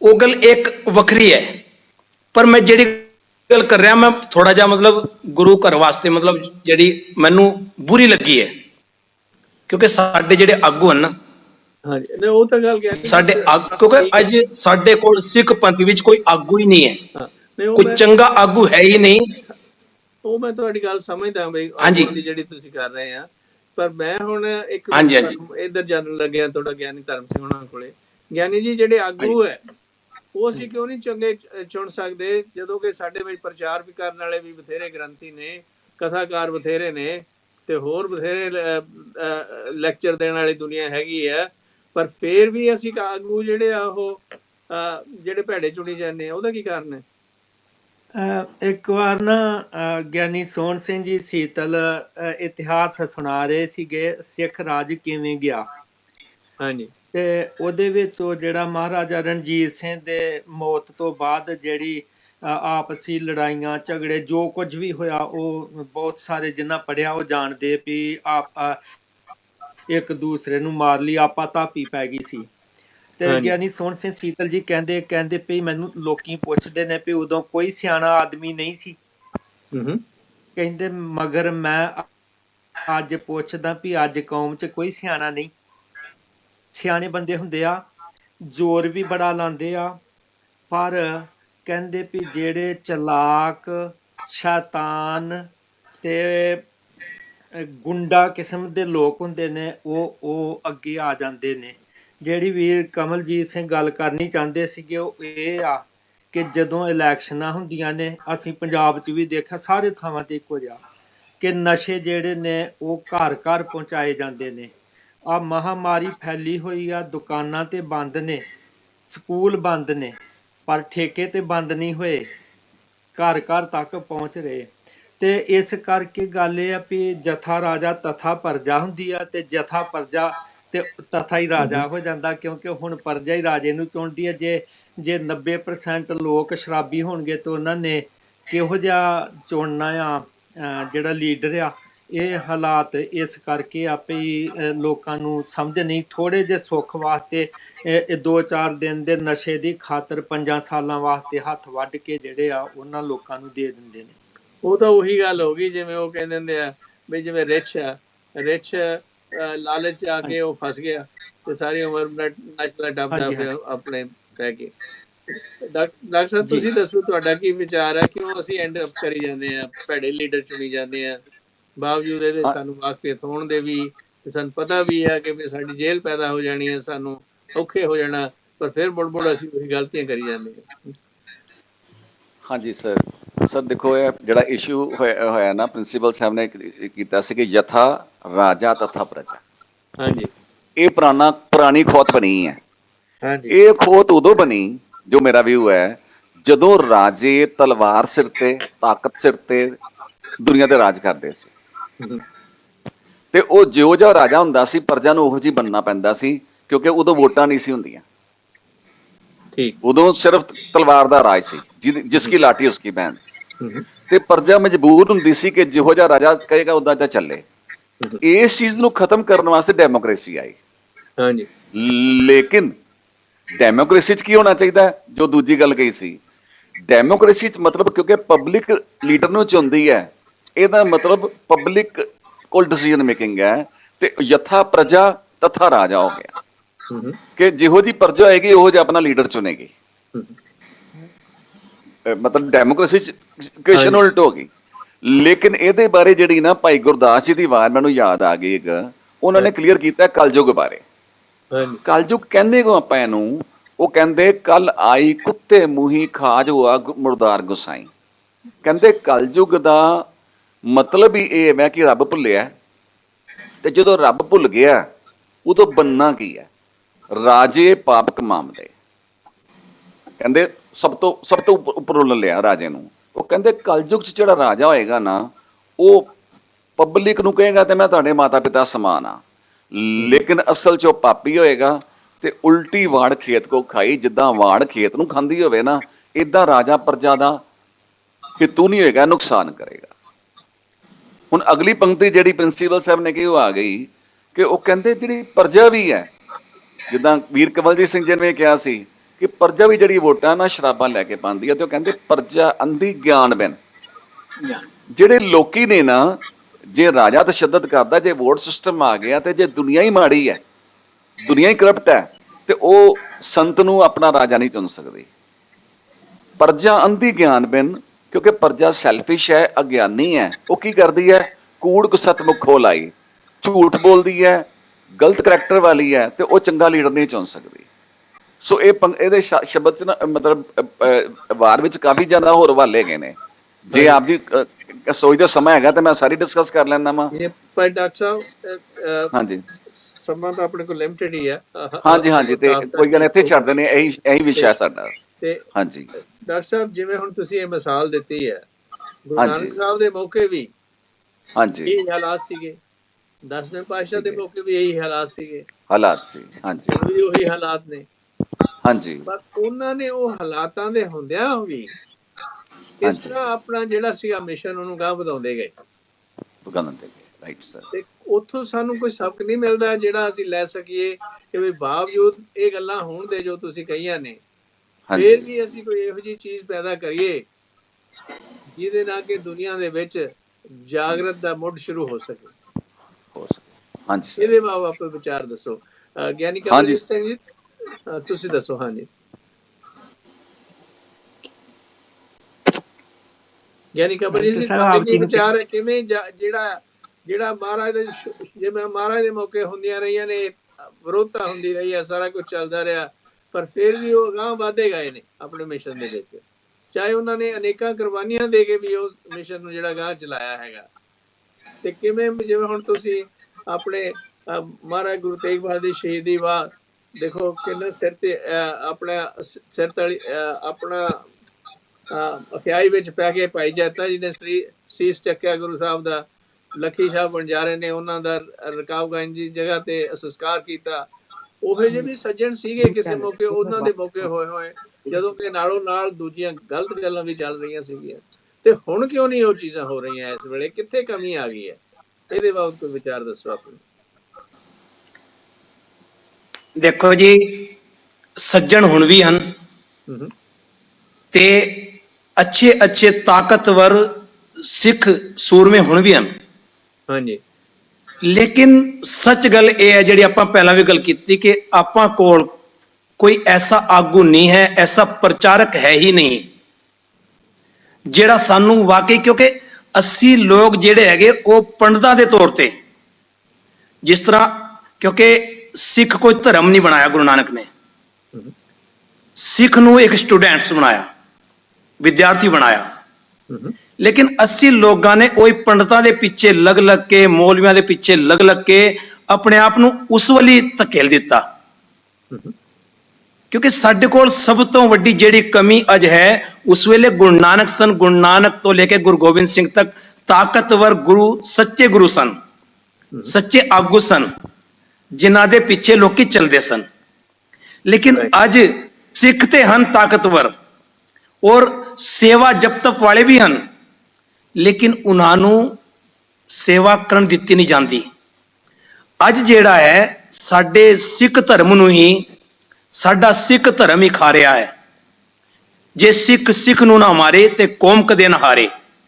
ਅੱਜ ਦੇਖੋ ਪੰਜਾਬ ਵਿੱਚ ਆਪਣੇ ਕੀ ਹੋ ਰਿਹਾ ਹੈ। ਸਭ ਤੋਂ ਵੱਡੀ ਗੱਲ ਜਿਹੜੀ ਮਹਾਰਾਜ ਗੁਰੂ ਗ੍ਰੰਥ ਸਾਹਿਬ ਜੀ ਦੀ ਹਰ ਥਾਂ ਤੇ, ਇਹ ਲੋਕੀ ਖੁਦ, ਭਾਵੇਂ ਉਹ ਬਾਦਲ ਹੈ, ਭਾਵੇਂ ਉਹ ਕੋਈ ਵੀ ਹੈ, ਕਿਉਂਕਿ ਇਹ ਰਾਜਨੀਤੀ ਲਈ, ਕੁਰਸੀ ਲਈ ਇਹ ਕੁਝ ਵੀ ਕਰ ਸਕਦੇ ਨੇ। ਇਹਨਾਂ ਲਈ ਕੋਈ ਵੱਡੀ ਗੱਲ ਨਹੀਂ ਹੈ, ਕਿਉਂਕਿ ਇਹਨਾਂ ਨੇ ਕੀਤਾ ਵੀ ਹੈ ਜਿਹੜਾ ਸਿੱਖ ਪੰਥ ਦਾ ਘਾਣ ਕੀਤਾ ਵੀ ਇਹਨਾਂ ਨੇ ਹੈ। ਇਹ ਜਾਸੂਸੀਆਂ ਦੇ ਕੇ ਹਰਮੰਦਰ ਸਾਹਿਬ ਤੇ ਜਿਹੜਾ ਅਟੈਕ ਹੋਇਆ, ਉਹ ਕਿਸੇ ਹੋਰ ਨੇ ਨਹੀਂ ਕਰਾਇਆ। ਇੰਦਰਾ ਗਾਂਧੀ ਦੀ ਹਿੰਮਤ ਨਾ ਹੁੰਦੀ। ਉਹ ਤੇ ਗੱਲ ਠੀਕ ਹੈ ਤੁਹਾਡੀ ਭਾਈ ਸਾਹਿਬ, ਪਰ ਦੇਖੋ ਹੁਣ 10ਵੇਂ ਪਾਤਸ਼ਾਹ ਦੇ ਮੌਕੇ ਪਹਾੜੀ ਰਾਜੇ ਵੀ ਸੀਗੇ, ਤੇ 10ਵਾਂ ਪਾਤਸ਼ਾਹ ਨੇ ਫਿਰ ਵੀ ਅੰਮ੍ਰਿਤ ਛਕਾ ਕੇ ਦੇਖੋ ਗਾਂਧੀ ਗਾ ਕਿਵੇਂ ਮਿਸ਼ਨ ਵਧਾਉਂਦੇ ਰਹੇ। ਇਹ ਚੰਗਾ ਮਾੜਾ ਤਾਂ ਨਾਲੋਂ ਨਾਲ ਚੱਲਦਾ ਆਇਆ, ਅਸੰਖ ਜਪ ਅਸੰਖ ਮੂਰਖ ਅੰਧ ਘੋਰ। ਪਰ ਸਵਾਲ ਇਹ ਆ ਵੀ ਅਸੀਂ ਕਿਹੜਾ ਪਾਸਾ ਚੁਣਨਾ ਹੈਗਾ, ਪਰ ਉਹ ਪਾਸਾ ਚੁਣਨ ਦੇ ਵਿੱਚ ਸਾਨੂੰ ਕੀ ਤਕਲੀਫ ਆ ਰਹੀ ਹੈ, ਕਿਉਂ ਨਹੀਂ ਅਸੀਂ ਚੁਣ ਰਹੇ? ਕੀ ਖਿਆਲ ਹੈ? ਹਾਂਜੀ, ਗਿਆਨੀ ਧਰਮ ਸਿੰਘ ਜੀ, ਤੁਸੀਂ ਜਰਾ ਵਿਚਾਰ ਦੱਸੋ ਇਸ ਬਾਬਤ, ਅਸੀਂ ਕਿਉਂ ਨਹੀਂ ਚੁਣ ਰਹੇ ਉਹ ਪਾਸਾ? ਹਾਂਜੀ ਡਾਕਟਰ ਸਾਹਿਬ, ਬੇਨਤੀ ਏਦਾਂ ਆ ਵੀ ਜਿਹੜੀ ਆਪ ਜੀ ਨੇ ਜ਼ਿਕਰ ਕੀਤਾ ਵਾ ਗੁਰੂ ਸਾਹਿਬ ਜੀ ਦਾ, ਉਹਨਾਂ ਨੂੰ ਅਨੇਕਾਂ ਤਸੀਹੇ ਵੀ ਝੱਲਣੇ ਪਏ, ਸਾਰਾ ਕੁਝ, ਤੇ ਉਹ ਫਿਰ ਵੀ ਸਿੱਖੀ ਦੀ ਅੱਗੋਂ ਤੋਂ ਅੱਗੋਂ ਗੱਲ ਚੱਲਦੀ ਰਹੀ। ਅੱਜ ਵੀ ਜੇ ਜਿੰਨਾ ਕੁ ਕੁਛ ਬਚਿਆ ਹੋਇਆ ਆ, ਤੇ ਉਹ ਪ੍ਰਚਾਰ ਦੀ ਬਦੌਲਤ ਆ। ਜਿਹੜੀ ਅਸੀਂ ਨਸ਼ੇ ਦੀ ਗੱਲ ਕਰ ਰਹੇ ਸੀਗੇ ਵੀ ਗਰੀਬੀ ਚੋਂ, ਬੇਰੁਜ਼ਗਾਰੀ ਚੋਂ, ਦੁੱਖਾਂ ਤਕਲੀਫਾਂ ਚੋਂ ਵੀ ਨਸ਼ੇ ਵੱਲ ਆਉਂਦੇ ਨੇ। ਜੇ ਗੁਰਬਾਣੀ ਦੇ ਵੱਲ ਝਾਤ ਮਾਰੀਏ, ਜਾਂ ਗੁਰਸਿੱਖਾਂ ਜਿਹੜੇ ਹਰ ਕੌਮ ਦੇ ਵਿੱਚ ਹੀ ਚੰਗੇ ਬੰਦੇ ਮਿਲ ਜਾਂਦੇ ਨੇ, ਜਿਨ੍ਹਾਂ ਦੀ ਰੋਟੀ ਵੀ ਪੂਰੀ ਨਹੀਂ ਹੁੰਦੀ, ਪਰ ਉਹ ਨਸ਼ਾ ਨਹੀਂ ਕਰਦੇ, ਕਿਉਂਕਿ ਸਾਨੂੰ ਗੁਰੂ ਸਾਹਿਬ ਜੀ ਨੇ ਇਹੋ ਜਿਹਾ ਬਣਾ ਦਿੱਤਾ ਸੀਗਾ ਸਿੱਖ ਨੂੰ ਕਿ ਇਹ ਜਿੰਨੀ ਮਰਜ਼ੀ ਵੀ ਦੁੱਖ ਹੋਵੇ, ਉਹਦੇ ਵਿੱਚ ਵੀ ਸੁੱਖ, ਦੁੱਖ ਵਿੱਚ ਸੂਖ ਮਨਾਈ ਵਾਲੀ ਗੱਲ, ਦੁੱਖ ਦਾਰੂ ਸੁੱਖ ਰੋਗ ਭਇਆ। ਕਿੰਨੀਆਂ ਇਹੋ ਜਿਹੀਆਂ ਉਦਾਹਰਨਾਂ ਮਿਲਦੀਆਂ ਨੇ ਕਿ ਬੰਦਾ ਗਰੀਬਾ, ਇੱਕ ਤਾਜੀ ਬੜੀ ਪ੍ਰਚਲਿਤ ਗੱਲ ਹੋਈ ਕਿ ਬੱਚਾ ਛੋਟਾ ਜਿਹਾ ਸਕੂਲ ਪੜ੍ਹਨ ਵਾਲਾ ਗੋਲ ਗੱਪੇ ਵੇਚਦਾ ਸਾਈਕਲ ਤੇ ਜਾ ਕੇ, ਤੇ ਉਹਨੂੰ ਕੋਈ ਪੈਸੇ ਦੇਣ ਲੱਗਾ ਤੇ ਉਹਨੇ ਕਿਹਾ ਮੈਂ ਨਹੀਂ ਲੈਣੇ। ਮੇਰੇ ਨਾਲ ਇਹ ਗੱਲ ਖੁਦ ਵਾਪਰੀ। ਮੈਂ ਸ੍ਰੀ ਗੁਰੂ ਗ੍ਰੰਥ ਸਾਹਿਬ ਵਿਦਿਆ ਕੇਂਦਰ ਦਿੱਲੀ ਮੈਰੋਲੀ ਦੇ ਵਿੱਚ ਸੇਵਾ ਕਰਦਾ ਸਾਂ, ਤੇ ਬੱਚਿਆਂ ਦਾ ਕੀਰਤਨ ਹੁੰਦਾ ਸੀਗਾ ਬੰਗਲਾ ਸਾਹਿਬ, ਤੇ ਇੱਕ ਵਾਰੀ ਅਸੀਂ ਉੱਥੇ ਕੀਰਤਨ ਲਈ ਆਏ, ਮੈਂ ਬਾਹਰ ਕਾਰ ਦੇ ਵਿੱਚ ਆ ਗਿਆ, ਕੀਰਤਨ ਦੀ ਸਮਾਪਤੀ ਤੋਂ ਤੇ ਬੱਚੇ ਅਜੇ ਆਉਣੇ ਸੀਗੇ, ਤੇ ਉੱਥੇ ਇੱਕ ਛੋਟਾ ਜਿਹਾ ਬੱਚਾ ਮਸਾਂ ਹੀ 5 ਸਾਲ ਦਾ ਹੋਊਗਾ ਤੇ ਅਗਰਬੱਤੀਆਂ ਬੱਤੀਆਂ ਵੇਚ ਰਿਹਾ ਸੀ। ਤੇ ਇੱਕ ਉਹ ਪਤਾ ਨਹੀਂ ਮੈਨੂੰ ਹੁਣ ਪੱਕਾ ਯਾਦ ਨਹੀਂ ਆ ਕਿ 2 ਰੁਪਏ ਦੀ ਇੱਕ ਦਿੰਦਾ ਸੀ ਤੇ 3 ਰੁਪਈਆਂ ਦੀਆਂ 2, ਇਦਾਂ ਕਰਕੇ 5 ਦੀਆਂ 3। ਤੇ ਮੈਨੂੰ ਕਹਿੰਦਾ ਅੰਕਲ ਜੀ ਅਗਰਬੱਤੀ ਲੈ ਲਓ। ਮੈਂ ਕਿਹਾ ਬੇਟੇ ਲੋੜ ਨਹੀਂ, ਨਹੀਂ ਲੈ ਲਓ ਅੰਕਲ ਜੀ। ਮੈਂ ਉਹਦਾ ਤਰਸ ਜਾਇਆ ਤੇ ਮੈਂ ਉਹਨੂੰ ਮੈਂ ਕਿਹਾ ਚੱਲ ਤੂੰ ਆ 5 ਰੁਪਈਏ ਲੈ ਲਾ ਤੇ ਮੈਨੂੰ ਅਗਰਬੱਤੀ ਦੀ ਲੋੜ ਨਹੀਂ। ਕਹਿੰਦਾ ਨਹੀਂ ਅੰਕਲ ਜੀ ਪੈਸੇ ਨਹੀਂ ਲੈਣੇ। ਮੈਂ ਕਿਹਾ ਕਿਉਂ? ਮੈਂ ਫਿਰ ਉਹਨੂੰ ਪੁੱਛਿਆ, ਮੈਂ ਕਿਹਾ ਤੇਰੇ ਡੈਡੀ ਕੀ ਕਰਦੇ ਆ? ਕਹਿੰਦਾ ਮੇਰੇ ਡੈਡੀ ਉਦੋਂ 1985 ਹੈਗੀ 87 ਦੀ ਗੱਲ। ਕਹਿੰਦਾ ਮੇਰੇ ਡੈਡੀ ਜਿਹੜੇ ਰਾਈਟਸ ਹੋਏ ਸੀਗੇ ਕਤਲੇਆਮ ਸਿੱਖਾਂ ਦਾ, ਉਹਦੇ 'ਚ ਕਹਿੰਦੇ ਮਾਰੇ ਗਏ, ਸਾਡਾ ਘਰ ਵੀ ਸਾੜ ਦਿੱਤਾ। ਮੈਂ ਕਿਹਾ ਤੇਰੇ ਮਾਤਾ ਜੀ ਕੀ ਕੰਮ ਕਰਦੇ ਆ? ਕਹਿੰਦਾ ਮੇਰੇ ਮਾਤਾ ਜੀ ਲੋਕਾਂ ਦੇ ਘਰ ਭਾਂਡੇ ਮਾਂਜਦੇ ਆ। ਤੇ ਮੇਰੇ ਮਾਤਾ ਜੀ ਨੇ, ਮੇਰੀ ਮੰਮੀ ਨੇ ਮੈਨੂੰ ਪੱਕਾ ਕੀਤਾ ਕਿ ਪੁੱਤਰ ਕਿਸੇ ਕੋਲੋਂ ਪੈਸਾ ਨਹੀਂ ਲੈਣਾ, ਮੰਗਣਾ ਨਹੀਂ ਤੇ ਮੁਫਤ ਦਾ ਲੈਣਾ ਨਹੀਂ, ਕਿਉਂਕਿ ਜੇ ਸਾਡੇ ਕੋਲ ਇੰਨਾ ਕੁਛ ਸੀਗਾ ਤੇ ਕੁਝ ਵੀ ਨਹੀਂ ਰਿਹਾ ਤੇ ਹੁਣ ਅਸੀਂ ਕੀ ਕਰਨਾ ਵਾ? ਧਰਮ ਦੀ ਕਿਰਤ ਕਰਕੇ ਖਾਣਾ। ਗੱਲ ਇਹ ਆ ਵਿਸ਼ਵਾਸ ਦੀ, ਭਰੋਸੇ ਦੀ, ਜਿਹੜਾ ਗੁਰੂ ਨੇ ਸਾਨੂੰ ਦਿੱਤਾ ਸੀਗਾ। ਜਦੋਂ ਬੰਦਾ ਉਹਦੇ ਤੋਂ ਥਿੜਕ ਜਾਂਦਾ, ਉਹਨੂੰ ਛੱਡ ਦਿੰਦਾ ਤੇ ਫਿਰ ਉਹ ਪਰਾਏ ਪੈਂਦਾ ਜੀ। That's a beautiful example. That's where I think ਸਾਡੇ ਜਿਹੜੇ ਗ੍ਰੈਂਡ ਪੇਰੈਂਟਸ ਨੇ ਨਾ, ਜੇ ਸਾਡੇ ਪੇਰੈਂਟਸ ਕੋਲ ਨਹੀਂ ਟਾਈਮ, ਸਾਡੇ ਜਿਹੜੇ ਗ੍ਰੈਂਡ ਪੇਰੈਂਟਸ ਨੇ ਮੇਜਰ ਰੋਲ ਪਲੇ ਕਰ ਸਕਦੇ ਨੇ। ਸਾਡੀਆਂ ਜਿਹੜੇ ਗ੍ਰੈਂਡ ਮਦਰਸ ਨੇ, ਗ੍ਰੈਂਡ ਫਾਦਰ ਨੇ, ਬੱਚਿਆਂ ਦੇ ਵਿੱਚ ਵਿਸ਼ਵਾਸ ਪੈਦਾ ਕਰਦੇ। ਠੀਕ ਹੈ ਡਾਕਟਰ ਵਿੰਦਰ ਸਿੰਘ ਜੀ। ਹਾਂਜੀ ਸਰ, ਬਿਲਕੁਲ ਜੀ। ਮਤਲਬ ਜਿਹੜੇ ਪੇਰੈਂਟਸ ਹੈ, ਸਭ ਤੋਂ ਪਹਿਲੇ ਬੱਚੇ ਦੇ ਜਿਹੜੇ ਟੀਚਰ ਹੈ ਉਹਦੇ ਮਾਤਾ ਪਿਤਾ ਤੇ ਗ੍ਰੈਂਡ ਪੇਰੈਂਟਸ ਹੀ ਹੁੰਦੇ ਨੇ, ਠੀਕ ਹੈ ਨਾ। ਤੇ ਸਕੂਲ ਦੇ ਵਿੱਚ ਤੇ ਬੱਚਾ ਬਾਅਦ ਚ ਜਾਂਦਾ ਹੈ, 3-4 ਸਾਲ ਦਾ ਜਦੋਂ ਹੋ ਜਾਂਦਾ ਹੈ। ਸੋ ਜਿਹੜੀ ਸਟਾਰਟਿੰਗ ਉਹਨੂੰ ਬੱਚੇ ਨੂੰ ਐਜੂਕੇਸ਼ਨ ਹੈ ਉਹਦੇ ਪੇਰੈਂਟਸ ਤੋਂ ਹੀ ਮਿਲਦੀ ਹੈ। ਤੇ ਜੇ ਪੇਰੈਂਟਸ ਬਿਜ਼ੀ ਹੋਣ ਤੇ ਗ੍ਰੈਂਡ ਪੇਰੈਂਟਸ ਜਿਸ ਬੱਚੇ ਨੂੰ ਮਿਲ ਜਾਂਦੇ ਨਾ, ਮੈਨੂੰ ਆਪਣੇ ਬੇਟੇ ਦਾ ਯਾਦ ਹੈ, ਮੇਰਾ ਸਭ ਤੋਂ ਛੋਟਾ ਬੇਟਾ, ਉਹ ਜਦੋਂ ਛੋਟਾ ਸੀ ਤੇ ਨੈਚੁਰਲੀ ਮੈਂ ਜੌਬ ਤੇ ਜਾਂਦਾ ਸਾਂ। ਮੈਂ ਤਾਂ ਸਵੇਰੇ ਗਿਆ, ਸ਼ਾਮ ਨੂੰ ਘਰ ਆਉਣਾ। ਵਾਈਫ ਮੇਰੀ ਪ੍ਰੈਕਟਿਸ ਕਰਦੇ ਸੀ ਤੇ ਮੇਰੇ ਪਿਤਾ ਜੀ ਕੋਲੋਂ ਰਹਿੰਦਾ ਹੁੰਦਾ ਸੀ। ਤੇ ਮੈਨੂੰ ਯਾਦ ਆ ਮੇਰੇ ਬੇਟੇ ਨੇ ਸਭ ਤੋਂ ਪਹਿਲਾਂ ਜਿਹੜਾ ਸ਼ਬਦ ਯਾਦ ਕੀਤਾ ਸੀ ਨਾ, ਜਦੋਂ ਉਹ 3-4 ਸਾਲ ਦਾ ਸੀ ਤੇ ਉਹਨੇ ਸ਼ਬਦ ਬੋਲਣਾ, ਕਿਉਂਕਿ ਮੇਰੇ ਫਾਦਰ ਨੇ, ਉਹਦੇ ਦਾਦਾ ਜੀ ਨੇ ਉਹਨੂੰ ਸ਼ਬਦ ਯਾਦ ਕਰਾਉਂਦੇ ਰਹਿਣਾ। ਤੇ ਪਹਿਲਾ ਸ਼ਬਦ ਉਹਨੇ ਯਾਦ ਕੀਤਾ, ਮੈਨੂੰ ਅੱਜ ਵੀ ਯਾਦ ਹੈ, ਅੱਖੀ ਵੇਖਣਾ ਰੱਜੀਆਂ ਬੋ ਰੰਗ ਤਮਾਸੇ। ਉਹ ਜਿਹੜਾ ਸ਼ਬਦ ਵੀ ਹੈ ਨਾ ਸਾਡਾ ਇੱਥੇ ਢੁਕਦਾ ਹੈ, ਕਿਉਂਕਿ ਬਜ਼ੁਰਗ ਸਨ, ਬਜ਼ੁਰਗਾਂ ਨੇ ਆਪਣੀ ਬਿਰਤੀ ਨਾਲ ਸ਼ਬਦ ਬੱਚੇ ਨੂੰ ਯਾਦ ਕਰਾਉਣਾ। ਤੇ ਮੇਰੇ ਬੱਚੇ ਨੇ ਪਹਿਲਾ ਸ਼ਬਦ ਇਹ ਯਾਦ ਕੀਤਾ ਸੀ, ਅੱਖੀ ਵੇਖਣਾ ਰੱਜੀਆਂ ਬੋ ਰੰਗ ਤਮਾਸੇ। ਤੇ ਇਹ ਸ਼ਬਦ ਸਾਡੇ ਟੌਪਿਕ ਨਾਲ ਵੀ ਢੁਕਦਾ ਹੈ, ਬਿਲਕੁਲ ਢੁਕਦਾ। ਡੀ ਅਕਸ਼ਰ ਨਾਲ। ਹਾਂਜੀ, ਨੱਕ ਨਾ ਰੱਜਾ ਵਾਸ ਲੈ ਦੁਰਗੰਧ ਸਵਾਸੇ, ਰੱਜ ਨਾ ਕੋਈ ਜੀਵਿਆ ਕੂੜੇ ਪਰਵਾਸੇ, ਪੀਰ ਮਰੀਦਾਂ ਪਿਰੜੀ ਸੱਚੀ ਰਹਿ ਰਾਸੇ। ਹਾਂਜੀ, ਇਹਦੇ ਵਿੱਚ ਵੀ ਆਉਂਦਾ ਹੈ, ਉਸਤਤ ਨਿੰਦਾ ਕੰਨ ਸੁਣ ਰੋਵਨ ਤੇ ਹਾਸੇ। ਸੋ ਪਹਿਲਾਂ ਮੇਰੇ ਬੱਚੇ ਨੇ ਇਹ ਸ਼ਬਦ ਯਾਦ ਕੀਤਾ ਤੇ ਮੈਂ ਕੀ ਮਹਿਸੂਸ ਕਰਦਾ ਕਿ ਉਹ ਮੇਰੇ ਬੱਚੇ ਦੇ ਜਿਹੜੀ ਮੈਚੁਰਿਟੀ ਹੈ ਨਾ, ਉਹਦੇ ਚ ਮੇਰੇ 2 ਬੱਚੇ ਵੱਡੇ ਵੀ ਨੇ, ਲੇਕਿਨ ਉਹ ਸਭ ਤੋਂ ਜ਼ਿਆਦਾ ਮੈਚੁਰਿਟੀ ਹੈ, ਜਸਟ ਰੀਜ਼ਨ ਬੀਇੰਗ ਕਿ ਉਹ ਆਪਣੇ ਦਾਦਾ ਜੀ ਕੋਲ ਬਹੁਤ ਚੱਲ ਰਿਹਾ। Makes a big difference. ਹਾਂਜੀ, ਤੇ ਉਹ ਚਲੋ ਮੈਂ ਹੁਣ ਜ਼ਰੂਰ ਸ਼ੇਅਰ ਕਰਨਾ ਚਾਹਾਂਗਾ ਕਿ ਉਹਦੀ ਕਲਾਸ ਵਿੱਚ ਵੀ ਮੈਨੂੰ ਪਤਾ ਲੱਗਣਾ, ਉਹਦੇ ਮੰਮਾ ਨੇ ਦੱਸਣਾ ਕਿ ਡਾਕਟਰ ਸਾਹਿਬ ਇਹਦੀ ਜਿਹੜੇ ਫਰੈਂਡਸ ਹੈ ਨਾ, ਉਹਨਾਂ ਦੀਆਂ ਮਦਰਸ ਜਿਹੜੀਆਂ ਇਹਨੂੰ ਫੋਨ ਕਰਦੀਆਂ ਕਿ ਤੂੰ ਸਾਡੇ ਬੱਚੇ ਨੂੰ ਇਹ ਚੀਜ਼ ਸਮਝਾ। ਹਾਂਜੀ, ਹੈ ਤੇ ਬੱਚਾ ਹੀ ਸੀ, ਪਰ ਜਸਟ ਆਈ ਥਿੰਕ ਕਿਉਂਕਿ ਉਹਨੇ ਬਜ਼ੁਰਗਾਂ ਨਾਲ ਸੰਗ ਕੀਤਾ ਸੀ ਤੇ ਬਜ਼ੁਰਗਾਂ ਦੇ ਸੰਗ ਕਰਕੇ ਉਹਦੇ ਚ ਆਮ ਬੱਚੇ ਨਾਲੋਂ ਮੈਚੁਰਿਟੀ ਜ਼ਿਆਦਾ ਸੀ। Yes, beautiful, thank you for sharing. ਆਪ ਗਿਆਨੀ ਕਮਲਜੀਤ ਸਿੰਘ ਜੀ, ਤੁਸੀਂ ਦੱਸੋ, ਜਿਵੇਂ ਬਾਬਾ ਬੁੱਢਾ ਜੀ ਦੀ ਗੱਲ ਹੁੰਦੀ, ਆਮ ਮਿਸਾਲ ਦਿੱਤੀ ਜਾਂਦੀ ਹੈ ਕਿ ਬਈ ਜਦੋਂ ਗੁਰੂ ਨਾਨਕ ਸਾਹਿਬ ਸਤਸੰਗ ਕਰ ਰਹੇ ਸੀ ਤੇ ਇੱਕ ਛੋਟਾ ਜਿਹਾ ਬੱਚਾ ਆ ਕੇ ਬਹਿ ਜਾਂਦਾ ਉੱਥੇ ਨਾਲ, ਤੇ ਉਹ ਗੱਲ ਜਰਾ ਵਿਚਾਰ ਕਰਕੇ ਦੱਸੋ। ਹਾਂਜੀ, ਬਾਬਾ ਬੁੱਢਾ ਸਾਹਿਬ ਬਾਰੇ। ਹਾਂਜੀ, ਜਦੋਂ ਦੇਖਦੇ ਆ ਬਈ ਬਾਹਰ ਪੁੱਛਦੇ ਕਾਕਾ ਤੇਰੇ ਤਾਂ ਦਿਲ ਖੇਲਣ ਦੇ ਦਿਨ ਨੇ, ਤੂੰ ਇੱਥੇ ਹਾਂਜੀ, ਹਾਂ, ਉਹਨਾਂ ਨੇ ਗੱਲਾਂ ਇਸ ਤਰ੍ਹਾਂ ਦੀ ਕੀਤੀਆਂ ਸਨ ਕਿਉਂਕਿ ਛੋਟੀ ਉਮਰ ਸੀ, ਲੇਕਿਨ ਉਹਨਾਂ ਦੀ ਸੋਚ ਜਿਹੜੀ ਸੀ ਉਹ 70 ਸਾਲ ਦੇ ਬਜ਼ੁਰਗਾਂ ਵਾਲੀ ਸੀ। ਜਿਸ ਤਰ੍ਹਾਂ ਦੀ ਉਹਨਾਂ ਨੇ ਗੱਲਾਂ ਕੀਤੀਆਂ ਗੁਰੂ ਨਾਨਕ ਸਾਹਿਬ ਨਾਲ, ਤੇ ਮਤਲਬ ਉਹੀ ਗੱਲਾਂ ਅੱਜ ਸਾਡੇ ਕੋਲ ਮਤਲਬ ਇੱਕ ਸਾਨੂੰ ਗਿਆਨ ਦਿੰਦੀਆਂ ਨੇ ਬਾਬਾ ਬੁੱਢਾ ਸਾਹਿਬ ਦੀਆਂ, ਕਿਉਂਕਿ ਇੰਨੀ ਉੱਚੀ ਅਵਸਥਾ ਵਾਲੇ ਔਰ 6 ਗੁਰਾਂ ਦੇ ਦਰਸ਼ਨ ਕਰਨ ਵਾਲੇ, ਇੰਨੀ ਵੱਡੀ ਮਤਲਬ ਇਹ ਬੜੇ ਭਾਗਾਂ ਨਾਲ ਮਿਲਦੀ ਹੈ। ਇਹ ਉਹਨਾਂ ਦੇ ਉੱਤੇ ਬੜੀ ਕਿਰਪਾ ਸੀ ਮਹਾਰਾਜ ਦੀ। ਹਾਂਜੀ ਤੇ ਗੁਰੂ ਅਰਜਨ ਪਾਤਸ਼ਾਹ ਜੀ ਨੇ ਦੇਖੋ ਉਹਨਾਂ ਨੂੰ ਮਤਲਬ ਦੇਖੋ ਆਪਣੇ ਆਪ ਥੱਲੇ ਬੈਠੇ ਜਦੋਂ ਪੋਥੀ ਸਾਹਿਬ ਦੇ ਪ੍ਰਕਾਸ਼ ਕੀਤੇ ਹਰਮੰਦਰ ਸਾਹਿਬ ਵਿੱਚ, ਤੇ ਬਾਬਾ ਬੁੱਢਾ ਸਾਹਿਬ ਜੀ ਨੂੰ ਸਨਮਾਨ ਦੇ ਕੇ ਸਤਿਕਾਰ ਦੇ ਕੇ ਤੇ ਭਾਈ ਸਾਹਿਬ ਦਾ ਖਿਤਾਬ ਦਿੱਤਾ ਸਭ ਤੋਂ ਪਹਿਲਾਂ। ਤੇ ਭਾਈ ਸਾਹਿਬ ਦਾ ਖਿਤਾਬ ਦੇ ਕੇ ਤੇ ਅੱਜ ਉਹ ਜਿਹੜੇ ਸਾਡੇ ਬਾਬਾ ਬੁੱਢਾ ਸਾਹਿਬ ਦੇ ਪਰਉਪਕਾਰ ਹਨ ਜਾਂ ਉਹਨਾਂ ਦੇ ਗਿਆਨ ਹਨ, ਅੱਜ ਉਹ ਸਾਡੇ ਜਿਹੜੇ ਮਤਲਬ ਭਾਈ ਸਾਹਿਬ ਹਨ ਜਾਂ ਕਥਾਵਾਚਕ ਹਨ ਜਾਂ ਪ੍ਰਚਾਰਕ ਹਨ ਜਾਂ ਰਾਗੀ ਸਿੰਘ ਹਨ, ਉਹਨਾਂ ਦੇ ਅੰਦਰ ਬੜੇ ਘਟ ਹਨ। ਕਿਉਂਕਿ ਭਾਈ ਸਾਹਿਬ ਤੇ ਅਸੀਂ ਹਰੇਕ ਨੂੰ ਕਹਿ ਦਿੰਦੇ ਆ, ਔਰ ਭਾਈ ਸਾਹਿਬ ਬਹੁਤ ਉੱਚੀ ਪਦਵੀ ਹੈ, ਲੇਕਿਨ ਇਹ ਭਾਈ ਸਾਹਿਬ ਦੀ ਪਦਵੀ ਨੂੰ ਅਸੀਂ ਅੱਜ ਸੰਭਾਲ ਕੇ ਨਹੀਂ ਰੱਖਿਆ। ਅਸੀਂ ਸਿਰਫ ਭਾਈ ਸਾਹਿਬ ਦੀ ਪਦਵੀ ਨੂੰ ਮਾਇਆ ਦੇ ਨਾਲ ਜੋੜ ਦਿੱਤਾ ਹੈ। ਹਾਂਜੀ, ਇੱਕ ਮਿੰਟ ਪਰ ਗਿਆਨੀ ਜੀ, ਮੈਂ ਜਿਹੜੀ ਤੁਹਾਡੇ ਨਾਲ ਵਿਚਾਰ ਕਰਨੀ ਚਾਹੁੰਦਾ ਇਸ ਵਕਤ ਸਾਡੇ ਜਿਸ ਟੌਪਿਕ ਹੈ ਉਹ ਇਹ ਹੈ ਕਿ ਵੀ ਜਿਵੇਂ ਇੱਕ ਸਾਖੀ ਸੁਣਾਉਂਦੇ ਹੁੰਦੇ ਆ ਕਿ ਵੀ ਮਹਾਰਾਜ ਨੇ ਜਦੋਂ ਪੁੱਛਿਆ ਗੁਰੂ ਨਾਨਕ ਦੇਵ ਨੇ, ਬਾਬਾ ਬੁੱਢਾ ਜੀ ਨੇ ਕਿਹਾ ਮੈਂ ਜੀ ਅੱਗ ਬਲਦੀ ਦੇਖ ਰਿਹਾ ਸੀ। ਪਹਿਲਾਂ ਜਿਹੜੀ ਅੱਗ ਸੀਗੀ ਛੋਟੀਆਂ ਲੱਕੜੀਆਂ ਨੂੰ ਲੱਗਦੀ ਸੀ, ਫੇਰ ਵੱਡੀਆਂ ਨੂੰ ਲੱਗਦੀ ਸੀਗੀ, ਤੇ ਮਹਾਰਾਜ ਨੇ ਬੜੇ ਉਹਨੂੰ ਸ਼ਾਬਾਸ਼ ਦਿੱਤੀ ਕਿ ਇਹਦੀ ਆਬਜ਼ਰਵੇਸ਼ਨ ਕਿਸ ਤਰ੍ਹਾਂ ਦੀਆਂ ਨੇ।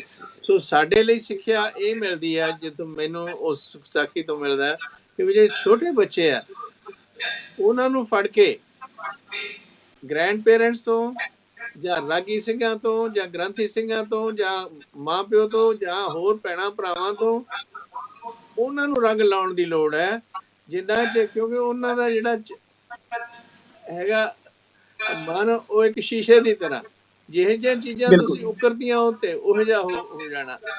ਜਦੋਂ ਵੱਡੇ ਹੋ ਜਾਂਦੇ ਆ ਉਹਨਾਂ ਜੋ ਮਰਜ਼ੀ ਦੱਸੀ ਜਾਓ, ਪੰਚਾਂ ਦਾ ਕਹਿਣਾ ਸਿਰ ਮੱਥੇ ਬਣਾ ਲਾ ਉੱਥੇ ਦਾ ਉੱਥੇ, ਉਹਨਾਂ ਨੂੰ ਕੋਈ ਫਰਕ ਨਹੀਂ ਪੈਂਦਾ।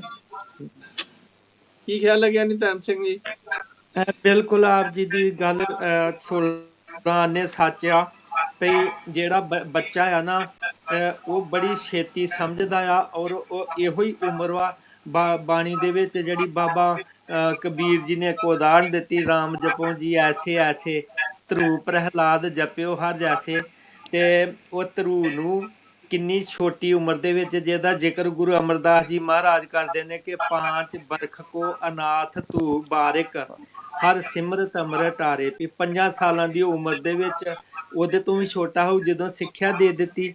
ਫਿਰ ਜਿਹੜਾ ਪ੍ਰਹਿਲਾਦ ਆ ਜਿਹੜਾ ਹੈਗੇ ਆ, ਇਹੋ ਜਿਹੀਆਂ ਅਨੇਕਾਂ ਹੀ ਉਦਾਹਰਨ, ਬਾਬਾ ਫਰੀਦ ਜੀ ਦੀ ਉਦਾਹਰਨ ਆ। ਤੇ ਇੱਕ ਪਾਸੇ ਉਹਦੀ ਵੀ ਉਦਾਹਰਨ ਵਾ ਬਾਲਮੀਕ ਦੀ, ਕਿ ਮਾਂ ਨੇ ਕਿਹਾ ਵੀ ਪੁੱਤਰ ਵੀ ਜਿਹੜੇ ਤੂੰ 2 ਪੈਸੇ ਲਿਆਂਦੇ ਵੀ ਬੰਦਾ ਮਾਰਤਾ ਨਿਕਲੇ 2 ਪੈਸੇ ਹੀ ਆ, ਤੇ ਉਹਨੇ ਕਿਹਾ ਵੀ 2 ਪੈਸੇ ਦੇ। ਬਾਜ਼ਾਰ ਚੋਂ ਮੱਛੀਆਂ ਦਾ ਪੂੰਗ ਖਰੀਦਿਆ ਤੇ ਕਹਿੰਦੀ ਆ ਵੇਖ ਤੂੰ ਇੱਕ ਜੀਵ ਮਾਰਨ ਕਰਕੇ ਤੇ ਅਫਸੋਸ ਕਰਦਾ ਕਿ ਆ ਵੇਖ 2 ਪੈਸਿਆਂ ਦੇ ਕਿੰਨੇ ਜੀਵ ਮਾਰੇ ਆ। ਪਾਪ ਲਈ ਉਤਸ਼ਾਹਤ ਕਰ ਦਿੱਤਾ। ਬੱਚੇ ਨੂੰ ਜਿਹੋ ਜਿਹੀ ਸਿੱਖਿਆ ਦਿੱਤੀ ਜਾਏ ਉਹ ਬੜੀ ਛੇਤੀ ਮੰਨਦਾ। ਛੋਟੇ ਬੱਚੇ ਨੂੰ ਤੇ ਇੱਕ ਸ਼ਰਾਬੀ ਨੂੰ ਸੜਕ ਤੇ ਡਿੱਗਿਆ ਦਿਖਾ ਦਿਓ ਤੇ ਉਹਨੂੰ ਕਹੇ ਵੀ ਪੁੱਤਰ ਏਦਾਂ ਦਾ ਨਹੀਂ ਬਣਨਾ। Good point. ਦੇਖੋ ਸਾਡੇ ਜਿਹੜਾ ਹੁਣ ਆਪਣੇ ਡਾਕਟਰ ਰਵਿੰਦਰ ਸਿੰਘ ਜੀ ਜਦੋਂ ਗੁਰਦੁਆਰਿਆਂ ਦੇ ਵਿੱਚ ਜਾਓ, ਬੱਚੇ ਇੱਧਰ ਉੱਧਰ ਭੱਜਦੇ ਫਿਰਦੇ ਨੇ, ਇੱਧਰ ਉੱਧਰ ਚਲੇ ਗਏ ਉੱਧਰ ਚਲੇ ਗਏ। ਉਹਨਾਂ ਦਾ ਕੰਟੈਕਟ ਜਿਹੜਾ ਹੈਗਾ, ਜਿਹੜੇ ਬੰਦੇ ਜਿਨ੍ਹਾਂ ਨੂੰ ਸਿੱਖਿਆ ਦੇਣੀ ਉਹਨਾਂ ਦਾ ਬਹੁਤ ਘੱਟ ਹੈ। ਹੁਣ ਤਾਂ ਥੋੜ੍ਹੇ ਬਹੁਤ ਸਕੂਲ ਹੋ ਗਏ। ਜਦੋਂ ਮੇਰੀ ਉਮਰ ਸੀ ਨਾ ਛੋਟੇ, ਅਸੀਂ ਐਵੇਂ ਗੁਰਦੁਆਰੇ ਬੈਠ ਕੇ ਆ ਜਾਈਦਾ ਸੀਗਾ, ਕੁਝ ਨਹੀਂ ਸਿੱਖੀਦਾ ਸੀ। ਜਾਂ ਫਿਰ ਉੱਥੇ ਕੀਰਤਨ ਦੀ ਵੀ ਸਮਝ ਨਹੀਂ ਆਉਂਦੀ ਸੀ, ਜਾ ਕੇ ਬਾਹਰ ਖੁੰਡ ਹੁੰਦੇ ਸੀ ਨਾ, ਉਹਦੇ ਵੀ ਬਹਿ ਜਾਈਦਾ ਸੀਗਾ ਬਈ ਕਦੋਂ ਦੇਗ ਵਰਤੂਗੀ, ਲੈ ਕੇ ਨਾ ਲੰਗਰ ਛਕ ਕੇ ਘਰ ਜਾਵਾਂਗੇ। ਕਿਉਂਕਿ ਮਨ ਦੇ ਵਿੱਚ ਚਾਅ ਪੈਦਾ ਹੀ ਨਹੀਂ ਕੀਤਾ ਜਾਂਦਾ, ਬੱਚੇ ਨੂੰ ਕੋਲੇ ਲੈ ਕੇ ਹੀ ਨਹੀਂ ਜਾਂਦਾ। ਜੇ ਮੇਰੇ ਵਰਗਾ ਕੋਈ ਛੋਟੇ ਰੂਪ ਦੇ ਵਿੱਚ ਕਵੇ ਵੀ ਮੈਂ ਦੇਖਣਾ ਗੁਰੂ ਗ੍ਰੰਥ ਸਾਹਿਬ ਦੇ ਥੱਲੇ ਰਮਾਲੇ ਦੇ ਥੱਲੇ ਕੀ ਚੀਜ਼ ਆ, ਨੇੜੇ ਨਹੀਂ ਲੱਗਣ ਦਿੰਦੇ। ਨਹੀਂ ਬੇਅਦਬੀ ਹੋ ਜੂਗੀ, ਉਹ ਹੋ ਜੂਗਾ, ਉਹ ਹੋ ਜੂਗਾ। ਇੰਨੀ ਰਹਿਤ ਮਰਿਆਦਾ ਕੰਪਲੀਕੇਟ ਕਰ ਦਿੱਤੀ ਹੈ ਕਿ ਉਹਨਾਂ ਨੇ ਚੌਰ ਵੀ ਨਹੀਂ ਕਰਨ ਦੇਣਾ ਬੱਚੇ ਨੂੰ। ਜਾਂ ਉਹਦਾ ਪਿਆਰ ਕਿਵੇਂ ਪਊਗਾ ਗੁਰੂ ਘਰ ਦੇ ਨਾਲ? ਤੇ ਉਹਨੂੰ ਲਿਆਕਤ ਕਿਵੇਂ ਬਣੂਗੀ ਜੇ ਉਹ ਕਿਸੇ ਨਾਲ ਗੱਲ ਹੀ ਨਹੀਂ ਕਰ ਸਕਦਾ, ਕੋਈ ਉਹਨੂੰ ਪਛਾਣਦਾ ਹੀ ਨਹੀਂ, ਨਾ ਘਰ 'ਚ ਕੋਈ ਮਿਲਦਾ ਸਿੱਖਣ ਨੂੰ, ਨਾ ਕਿਸੇ ਗ੍ਰੰਥੀ ਤੋਂ ਸਿੱਖਣ ਨੂੰ ਮਿਲਦਾ, ਨਾ ਕਿਸੇ ਹੋਰ ਤੋਂ ਕੋਈ। ਹੁਣ ਪੱਛਮੀ ਮੁਲਕਾਂ 'ਚ ਤਾਂ ਫਿਰ ਥੋੜਾ ਬਹੁਤਾ ਸ਼ੁਰੂ ਹੋ ਗਿਆ, ਇਹ ਚੀਜ਼ਾਂ ਸਿਖਾਉਣ ਲੱਗ ਗਏ ਨੇ, ਤੇ ਹਾਂਜੀ ਸਾਡੇ ਤਾਂ ਮੌਕੇ ਤਾਂ ਜ਼ੀਰੋ ਸੀਗਾ ਕੰਮ। ਕੀ ਖਿਆਲ ਹੈ ਗਿਆਨੀ ਕਮਲਜੀਤ ਸਿੰਘ ਜੀ, ਕਿਉਂ ਨਹੀਂ ਬੱਚਿਆਂ ਦੇ ਅਸੀਂ ਜ਼ਿਆਦਾ ਹਾਂਜੀ ਟਾਈਮ ਸਪੈਂਡ ਕਰਦੇ, ਕਿਉਂ ਅਸੀਂ ਜ਼ਿਆਦਾ ਲੱਗੇ ਰਹਿੰਦੇ ਆ ਉਹਨਾਂ ਲੋਕਾਂ ਦੇ ਜਿਨ੍ਹਾਂ ਨੇ ਕੋਈ ਸਿੱਖਣਾ ਹੀ ਨਹੀਂ, ਉਹਨਾਂ ਦੇ ਮਗਰ ਹਾਂਜੀ ਲੱਗੇ ਰਹਿੰਦੇ ਆ। ਨਹੀਂ, ਸਭ ਤੋਂ ਵੱਡੀ ਗੱਲ ਤੇ ਹੈ ਭਾਈ ਸਾਹਿਬ ਜੀ, ਡਾਕਟਰ ਸਾਹਿਬ, ਜਿਹੜੀ ਤੁਸੀਂ ਕੀਤੀ ਹੈ ਨਾ, ਅਸੀਂ ਗੁਰੂ ਗ੍ਰੰਥ ਸਾਹਿਬ ਨੂੰ ਇੱਕ ਬੰਧਨ ਦੇ ਤੌਰ ਤੇ ਬਨ ਕੇ ਰੱਖਿਆ ਹੈ। ਹੂੰ ਅਸੀਂ ਉਸ ਪਾਸੇ ਗਏ ਨਹੀਂ, ਕਿਉਂਕਿ ਜਿਸ ਤਰ੍ਹਾਂ ਦਾ ਖਜ਼ਾਨਾ ਗੁਰੂ ਪਾਤਸ਼ਾਹ ਨੇ ਸਾਨੂੰ ਦਿੱਤਾ ਹੈ, ਅਸੀਂ ਉਹਨੂੰ ਕਦੇ ਖੋਲ ਕੇ ਵੇਖਿਆ ਹੀ ਨਹੀਂ, ਆ ਦਿਖਾਇਆ ਹੀ ਨਹੀਂ।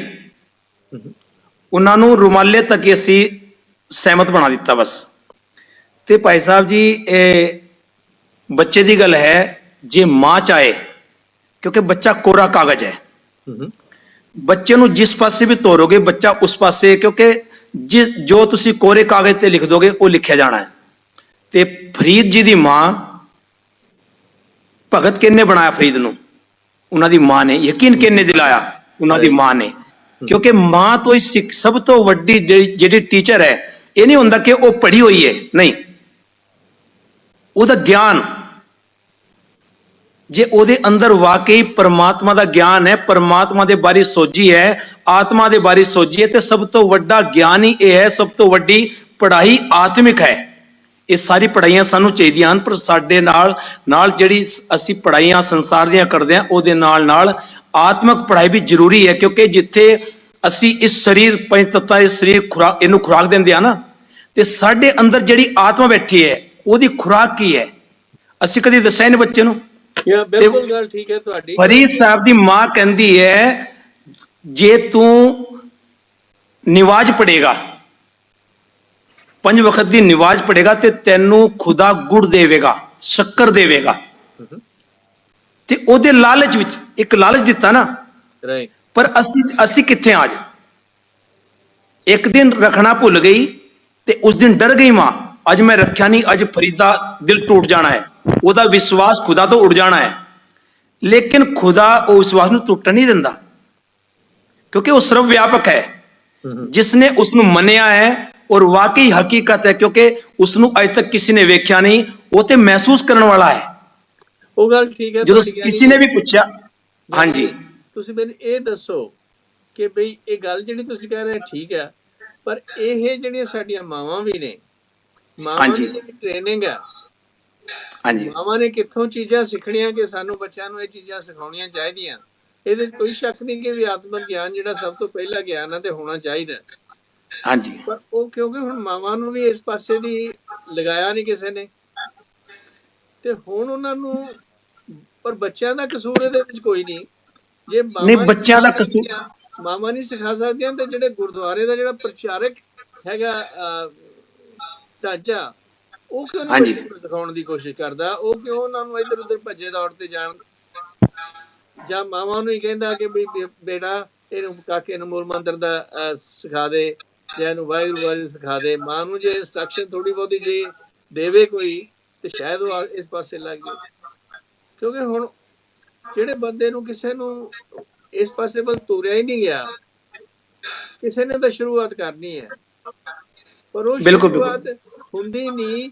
ਗੁਰਦੁਆਰਿਆਂ ਦੇ ਵਿੱਚ ਜ਼ਿਆਦਾ ਜਿਹੜਾ ਟਾਈਮ ਹੈ, ਜਿਹੜੇ ਗੁਰਦੁਆਰੇ ਦੇ ਪ੍ਰਚਾਰਕ ਕਰਨ ਵਾਲੇ ਆ, ਉਹ ਲੋਕਾਂ ਵਿੱਚ ਆਪਨੂਸੀ ਚ ਲੰਘ ਜਾਂਦਾ। ਇਹਦੇ ਕਿ ਵੀ ਬੱਚਿਆਂ ਨੂੰ ਇਸ ਪਾਸੇ ਲਾਇਆ ਜਾਵੇ, ਉਹਨਾਂ ਨਾਲ ਟਾਈਮ ਸਪੈਂਡ ਕੀਤਾ ਜਾਵੇ। ਉਹਦੇ ਬਾਰੇ ਜਰਾ ਆਪਣੇ ਵਿਚਾਰ ਦੱਸਣੇ। ਤੁਸੀਂ ਦੱਸੋ ਗਿਆਨੀ ਧਰਮ ਸਿੰਘ ਜੀ, ਇਨ ਦ ਮੀਨ ਟਾਈਮ, ਕਿ ਵੀ ਇਹਦਾ ਕੀ ਇਲਾਜ ਆ? ਗੱਲ ਬਿਲਕੁਲ ਆਪ ਜੀ ਦੀ ਠੀਕ ਆ ਡਾਕਟਰ ਸਾਹਿਬ, ਕਿ ਗੁਰਦੁਆਰਿਆਂ ਦਾ ਇੱਕ ਨਾ ਰੂਟੀਨ ਬਣ ਗਈ ਕਿ ਕੀਰਤਨ ਹੋਣਾ ਆ, ਕਥਾ ਹੋਣੀ ਆ, ਤੇ ਬਾਅਦ ਚ ਲੰਗਰ ਪਾਣੀ, ਤੇ ਪਹਿਲੋਂ ਚਾਹ ਪਕੌੜੇ ਜੋ ਵੀ ਬਣਦਾ ਆ ਛਕ ਕੇ, ਤੇ ਗੱਲਾਂ ਬਾਤਾਂ ਕਰਕੇ। ਜਿਹੜੇ ਬੱਚੇ ਆ, ਬੱਚਿਆਂ ਨੂੰ ਨਾ ਕੀਰਤਨ ਦੀ ਸਮਝ ਆ, ਨਾ ਕਥਾ ਦੀ ਆ, ਤੇ ਉਹਨਾਂ ਦੇ ਜਦੋਂ ਸਮਝ ਹੀ ਨਹੀਂ ਆ ਵਿਚਾਰਿਆਂ ਨੂੰ, ਤੇ ਉਹਨਾਂ ਨੇ ਤੇ ਭੱਜਣਾ ਆ। ਉਹਦੇ ਵਾਸਤੇ ਤੇ ਇਹੋ ਹੀ ਆ ਵੀ ਸਭ ਤੋਂ ਵੱਧ ਮੈਂ ਚਲੋ ਇਹਦੇ 'ਚ ਕੋਈ ਹਉਮੈ ਵਾਲੀ ਗੱਲ ਵੀ ਨਹੀਂ ਆ ਵੀ ਗੁਰੂ ਸਾਹਿਬ ਦਾ ਸ਼ੁਕਰ ਵਾ ਗੁਰਦੁਆਰੇ ਮੈਂ ਬੱਚਿਆਂ ਦੀ ਕਲਾਸ ਲਾਉਂਦਾ ਰਿਹਾ ਪੰਜਾਬੀ ਦੀ ਵੀ, ਤੇ ਪੰਜਾਬੀ ਸਿਖਾ ਕੇ ਕਈ ਬੱਚਿਆਂ ਨੇ ਇੱਥੋਂ ਦੇ ਜੰਮਿਆ ਹੋਇਆਂ ਨੇ ਪਾਠ ਕਰਨਾ ਵੀ ਸਿੱਖ ਲਿਆ, ਭਗਤ ਬਾਣੀ ਤੱਕ ਦੀ ਸੰਥਿਆ ਲੈ ਲਈ। ਕੋਸ਼ਿਸ਼ ਹੁੰਦੀ ਸੀਗੀ ਵੀ ਉਹਨਾਂ ਨੂੰ ਬਿਠਾਇਆ ਜਾਏ, ਪਰ ਉਹਨਾਂ ਨੂੰ ਲੈ ਕੇ ਮਾਂ-ਬਾਪ ਨਹੀਂ ਆਉਣਾ ਗੁਰਦੁਆਰੇ 'ਚ। ਕਈ ਮਾਂ-ਬਾਪ ਇਹੋ ਜਿਹੇ ਆ ਜਿਹੜੇ ਕਹਿੰਦੇ ਨੇ ਵੀ ਇਹਨਾਂ ਨੇ ਕਿਹੜਾ ਇੱਥੇ ਪੰਜਾਬੀ ਕੰਮ ਆਉਣੀ ਆ, ਇੱਥੇ ਤੇ ਅੰਗਰੇਜ਼ੀ ਚੱਲਣੀ ਆ। ਗੱਲ ਇਹ ਹੁੰਦੀ ਵੀ ਜਦੋਂ ਬੱਚਾ ਪਾਠ ਸਿੱਖੂਗਾ ਉਹਨੂੰ ਉਸ ਵਕਤ ਸਮਝ ਨਾ ਲੱਗੇ, ਪਰ ਉਹਦੇ ਸੰਸਕਾਰ ਜ਼ਰੂਰ ਬਣ ਜਾਂਦੇ ਜਿਹੜੇ ਉਹਦੇ ਵੱਡੇ ਹੋ ਕੇ ਉਹਦੇ ਮਨ 'ਚ ਉਕਰੇ ਜਾਂਦੇ ਨੇ।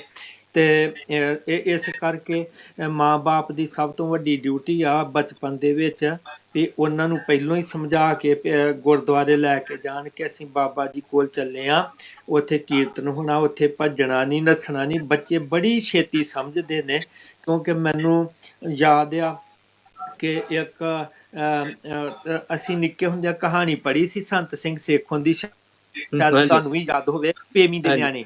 ਪੇਮੀ ਦੇ ਨਿਆਣੇ, ਯੈਸ, ਹਾਂਜੀ ਹਾਂਜੀ। ਉਹਦੇ 'ਚ ਉਹਨਾਂ ਦੀ ਮਾਨਸਿਕਤਾ ਦੱਸੀ ਆ ਵੀ ਉਹਨਾਂ ਨੂੰ ਇਹ ਵਿਸ਼ਵਾਸ ਆ ਕਿ ਅਸੀਂ ਜੇ ਉਹਨੂੰ ਰਾਖਸ਼ ਨੂੰ ਕਹਿ ਦੇਵਾਂਗੇ ਵੀ ਅਸੀਂ ਪੇਮੀ ਦੇ ਨਿਆਣੇ, ਤੇ ਉਹਨਾਂ ਨੇ ਸਾਨੂੰ ਕੁਛ ਨਹੀਂ ਕਹਿਣਾ। ਯਾ ਐਗਜ਼ੈਕਟਲੀ। ਬੱਚੇ ਦੀ ਮਾਨਸਿਕਤਾ ਇਹੋ ਜਿਹੀ ਹੁੰਦੀ ਵੀ ਉਹਨਾਂ ਨੂੰ ਇੰਨਾ ਹੀ ਕਹਿ ਦਈਏ ਕਿ ਜੇ ਗੁਰਦੁਆਰੇ ਜਾ ਕੇ ਰੌਲੀ ਨਾ ਪਾਈਏ, ਉੱਥੇ ਆਰਾਮ ਨਾਲ ਬੈਠੀਏ, ਗੁਰੂ ਜੀ ਸਾਡੇ ਤੇ ਕਿਰਪਾ ਕਰਦੇ ਆ, ਸਾਨੂੰ ਸੁੱਖ ਮਿਲਦੇ। ਬੱਚੇ ਨੇ ਕਿਹੜੇ ਅੱਗੋਂ ਪ੍ਰਸ਼ਨ ਕਰਨੇ ਨੇ? ਉਹ ਤੇ ਇਸ ਕਰਕੇ ਇਹ ਬਚਪਨ ਦੇ ਵਿੱਚ ਸਿੱਖਿਆ ਦੇਣੀ ਬੜੀ ਜ਼ਰੂਰੀ ਆ। ਤੇ ਹਾਂਜੀ, ਇਸੇ ਤਰ੍ਹਾਂ ਗਿਆਨੀ ਜੀ ਤੇ ਮੇਰੀ ਗੱਲ ਯਾਦ ਆ ਗਈ, ਜਿਹੜਾ ਪਾਕਿਸਤਾਨ ਦਾ ਪ੍ਰੈਜ਼ੀਡੈਂਟ ਆ ਅਯੂਬ ਖਾਨ, ਹਾਂਜੀ ਹਾਂਜੀ ਹਾਂਜੀ, ਉਹਦੀ ਸ਼ਾਇਦ ਸੁਣੀ ਹੋਵੇ ਤੁਸੀਂ ਗੱਲ। ਉਹਨੇ ਕਿਤਾਬ ਲਿਖੀ ਆ ਫਰੈਂਡਸ ਐਂਡ ਮਾਸਟਰਸ। ਉਹਦੇ ਵਿੱਚ ਉਹ ਖਾਲਸਾ ਸਕੂਲ ਦੇ ਵਿੱਚ ਆਉਂਦਾ ਹੁੰਦਾ ਸੀ, ਸਕੂਲ ਦੇ ਵਿੱਚ ਪੜ੍ਹਨ ਜੀ। ਤੇ ਉੱਥੇ ਉਹ ਕੋਈ ਟੀਚਰ ਜਿਹੜਾ ਸੀਗਾ ਕਹਿੰਦਾ ਫੀਸ ਲੈ ਕੇ ਆ, ਫੀਸ ਲੈ ਕੇ ਆ। ਉਹਦੇ ਕੋਲ ਹੈ ਨਹੀਂ ਸੀ ਪੈਸੇ ਪਹੁੰਚਣ ਲਈ ਜੀ। ਤੇ ਉਹ ਫਿਰ ਸਕੂਲ ਬਜਾਏ ਔਖਾ ਹੋਣ ਦੇ ਉਹ ਇੱਧਰ ਉੱਧਰ ਟਾਈਮ ਕੱਢ ਕੇ ਨਿਕਲ ਜਾਂਦਾ ਸੀ। ਇੱਕ ਤਾਂ ਇੱਕ ਗੁਰਦੁਆਰੇ ਦੇ ਗ੍ਰੰਥੀ ਨੇ ਦੇਖ ਲਿਆ, ਉਹ ਕਹਿੰਦੇ ਯੂਬਿਆ ਤੂੰ ਸਕੂਲ ਨਹੀਂ ਗਿਆ, ਕੀ ਗੱਲ ਹੈ? ਉਹ ਆ ਕੇ ਬਹਿ ਗਿਆ, ਕਹਿੰਦਾ ਬਾਬਾ ਜੀ ਮੈਂ ਦੱਸੋ ਕੀ ਕਰਾਂ, ਉਹ ਮੈਨੂੰ ਫੀਸ ਮੰਗਦਾ ਤੇ ਮੇਰੇ ਕੋਲ ਪੈਸੇ ਹੈ ਨਹੀਂ। ਕਹਿੰਦੇ ਉਰੇ ਆ ਇੱਧਰ, ਤੂੰ ਸਕੂਲ ਜ਼ਰੂਰ ਜਾਣਾ, ਇੱਥੇ ਆ ਮੱਥਾ ਟੇਕ ਮਹਾਰਾਜ ਨੂੰ ਤੇ ਮੂਲ ਮੰਤਰ ਦਾ ਪਾਠ ਸੁਣਾਇਆ, ਆ ਯਾਦ ਕਰਿਆ ਕਰ ਤੂੰ, ਇਹ ਤੇ ਕੋਈ ਨਹੀਂ ਚੀਜ਼ ਅਖਿਆਈ ਕਰੂਗੀ। ਉਹ ਕਹਿੰਦਾ ਮੈਂ ਕਰਨਾ ਸ਼ੁਰੂ ਕਰ ਦਿੱਤਾ। ਅਗਲੇ ਦਿਨ ਮੈਂ ਗਿਆ ਸਕੂਲ ਆਪਦੇ, ਤੇ ਮੇਰੀ ਟੀਚਰ ਕਹਿੰਦੀ ਬਈ ਸਕੂਲ ਜ਼ਰੂਰ ਆਇਆ ਕਰ, ਫੀਸ ਭੁਲਾ ਦੇ, ਕੋਈ ਲੋੜ ਨਹੀਂ ਹੈ। ਕਹਿੰਦਾ ਮੈਂ ਫਿਰ ਜਾਣ ਲੱਗ ਗਿਆ। ਤੇ ਹੁਣ ਦੀ ਹੁਣ ਕਹਿੰਦਾ ਦੇਖੋ ਮੈਂ ਇਹ ਜਿਹੜਾ ਮੂਲ ਮੰਤਰ ਸੀ ਤੇ ਜਿਹੜਾ ਗ੍ਰੰਥੀ ਦਾ ਪ੍ਰਭਾਵ ਸੀ ਮੇਰੇ ਤੇ, ਉਹਨੂੰ ਮੈਨੂੰ ਕਿੱਥੇ ਦੀ ਕਿੱਥੇ ਪਹੁੰਚਾਤਾ। ਕਹਿੰਦਾ ਮੈਂ ਪ੍ਰੈਜ਼ੀਡੈਂਟ ਤਾਂ ਬਣਿਆ, ਜਨਰਲ ਤਾਂ ਬਣਿਆ ਕਿਉਂਕਿ ਉਦੋਂ ਉਹਨਾਂ ਨੇ ਮੇਰੀਆਂ ਜੜ੍ਹਾਂ ਦੇ ਵਿੱਚ ਨਾ ਜਿਹੜਾ ਚੜ੍ਹਦੀ ਕਲਾ ਪੈਦਾ ਕੀਤੀ। ਬਿਲਕੁਲ, ਉਹ ਆਪ ਦੱਸਦਾ ਮੰਨ ਲਓ ਪ੍ਰੈਜ਼ੀਡੈਂਟ ਅਯੂਬ ਖਾਨ। ਤੇ ਕਹਿੰਦੇ ਉਹਦੇ ਘਰ ਦੇ ਵਿੱਚ ਮੂਲ ਮੰਤਰ ਜਿਹੜਾ ਸੀਗਾ ਉਹ ਉਰਦੂ ਦੇ ਵਿੱਚ ਲਿਖਿਆ, ਪਰਸ਼ੀਅਨ ਭਾਸ਼ਾ ਦੇ ਲਗਾਇਆ ਹੋਇਆ ਸੀਗਾ ਉਹ, ਤੇ ਉਹ ਹਮੇਸ਼ਾ ਉਹਨੂੰ ਯਾਦ ਰੱਖਦਾ ਸੀਗਾ। ਸੋ ਇਸ ਤਰ੍ਹਾਂ ਦੀਆਂ ਕਹਾਣੀਆਂ ਅਨੇਕਾਂ ਨੇ ਜਿਹੜੀਆਂ ਦੱਸਦੀਆਂ ਨੇ ਕਿ ਵੀ ਬੱਚੇ ਤੇ ਜਿਹੜਾ ਕਿੰਨਾ ਅਸਰ ਪੈਂਦਾ ਹੈਗਾ ਦੱਸਣ ਦਾ। ਈਵਨ ਉਹ ਮੰਨੂ ਦੀ ਗੱਲ ਆਉਂਦੀ ਹੈ ਜੀ, ਕਿ ਜਦੋਂ ਉਹ ਪ੍ਰੈਗਨੈਂਟ ਸੀ ਉਹਦੀ ਅਰਜਨ ਦੀ ਵਾਈਫ, ਤੇ ਉਹ ਜਦੋਂ ਦੱਸ ਰਿਹਾ ਚੱਕਰ ਵੀ ਉਹ ਕਿਲਾ ਕਿਵੇਂ ਖੋਲਣਾ, ਤੇ ਉਹ ਫਿਰ ਜਦ ਨੀਂਦ ਆ ਜਾਂਦੀ ਆ ਉਸਨੂੰ, ਫਿਰ ਉਹ ਨਿਕਲਣ ਦਾ ਨਹੀਂ ਹਾਲੇ ਪਤਾ ਲੱਗਦਾ। ਤੇ ਉਹ ਜਦੋਂ ਉਹਨਾਂ ਨੂੰ ਲੜਾਈ ਦੇ ਵਿੱਚ ਲੋੜ ਪਈ ਤੇ ਉਸਨੂੰ ਉਹ ਕਹਿੰਦਾ ਸੀ ਕੋਈ ਸੀਗਾ ਇਕੱਲਾ ਜਿਹੜਾ ਖੋਲ ਸਕਦਾ ਸੀਗਾ ਉਸਨੂੰ, ਪਰ ਉਹਨੂੰ ਬਾਹਰ ਅੰਦਰ ਨਹੀਂ ਸੀ। ਤਾਂ ਆਪ ਕਹਿੰਦਾ ਜਿਹੜੀ ਬੱਚੇ ਤੇ ਈਵਨ ਇਨਫੈਂਟਸ ਤੇ ਜਿਹੜੇ ਆ ਇਹਨਾਂ ਚੀਜ਼ਾਂ ਦੇ ਅਸਰ ਪੈਂਦੇ ਨੇ। ਤੇ ਉਹ ਜਿਹੜੀਆਂ ਜਿਹੋ ਜਿਹਾ ਤੁਸੀਂ ਕਹਿੰਦੇ ਹੁੰਦੇ ਸੀ ਪੁਰਾਣੇ ਜ਼ਮਾਨਿਆਂ ਦੇ ਵਿੱਚ, ਜਿਹੜੀ ਔਰਤ ਪ੍ਰੈਗਨੈਂਟ ਹੈ ਉਹ ਜਿਹੋ ਜਿਹੇ ਮਾਹੌਲ ਦੇ ਵਿੱਚ ਰਹੂਗੀ ਉਹੋ ਜਿਹਾ ਉਹਦੇ ਤੇ ਅਸਰ ਹੋਊਗਾ, ਉਹੋ ਜਿਹਾ ਉਹਦੇ ਬੱਚਿਆਂ ਤੇ ਅਸਰ ਹੋਊਗਾ। ਇਸ ਤਰ੍ਹਾਂ ਦੇ ਜਿਹੜੇ ਮਾਹੌਲ ਨੇ ਉਹ ਸਾਡੇ ਘਰਾਂ ਵਿੱਚੋਂ ਖਤਮ ਹੋ ਗਏ ਨੇ। ਕੀ ਖਿਆਲ ਹੈ ਡਾਕਟਰ ਰਵਿੰਦਰ ਸਿੰਘ ਜੀ? ਹਾਂਜੀ ਸਰ, ਬਿਲਕੁਲ, ਕਿਉਂਕਿ ਸੰਸਾਰ ਜਿਹੜਾ ਮਟੀਰੀਅਲਿਸਟਿਕ ਹੋ ਗਿਆ ਜ਼ਿਆਦਾ, ਤੇ ਗੁਰਬਾਣੀ ਤੋਂ ਅਸੀਂ ਬਹੁਤ ਜ਼ਿਆਦਾ ਟੁੱਟ ਗਏ ਹਾਂ, ਬਹੁਤ ਜ਼ਿਆਦਾ ਟੁੱਟ ਗਏ ਹਾਂ। ਬੱਚਿਆਂ ਤੇ ਅਸਰ ਪਾਉਣ ਵਾਸਤੇ ਫਸਟ ਆਫ ਆਲ ਬੱਚੇ ਦਾ ਕੰਟੈਕਟ ਮਦਰ ਨਾਲ ਬਣਦਾ ਹੈ, ਮਦਰ ਦੇ ਵਿੱਚ।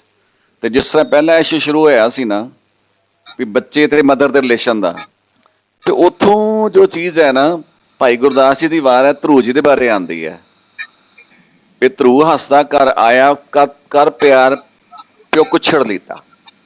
ਕਿਉਂਕਿ ਪਿਤਾ ਰਾਜਾ ਸੀ ਤੇ ਰਾਜਿਆਂ ਨੇ ਉਦੋਂ ਕਈ ਰਾਣੀਆਂ ਰੱਖੀਆਂ ਹੁੰਦੀਆਂ ਸੀ, ਤੇ ਉਹ ਕਹਿੰਦੇ ਧਰੂ ਤੇ ਹੱਸਦਾ ਖੇਡਦਾ ਬਾਹਰੋਂ ਆਇਆ, ਤੇ ਪਿਤਾ ਨੇ ਆਪਣੀ ਗੋਦੀ 'ਚ ਬਿਠਾ ਲਿਆ, ਪਰ ਬਾਹੋਂ ਪਕੜ ਉਠਾ ਲਿਆ, ਮਨ ਵਿੱਚ ਰੋਸ ਮਤਰੇਈ ਕੀਤਾ।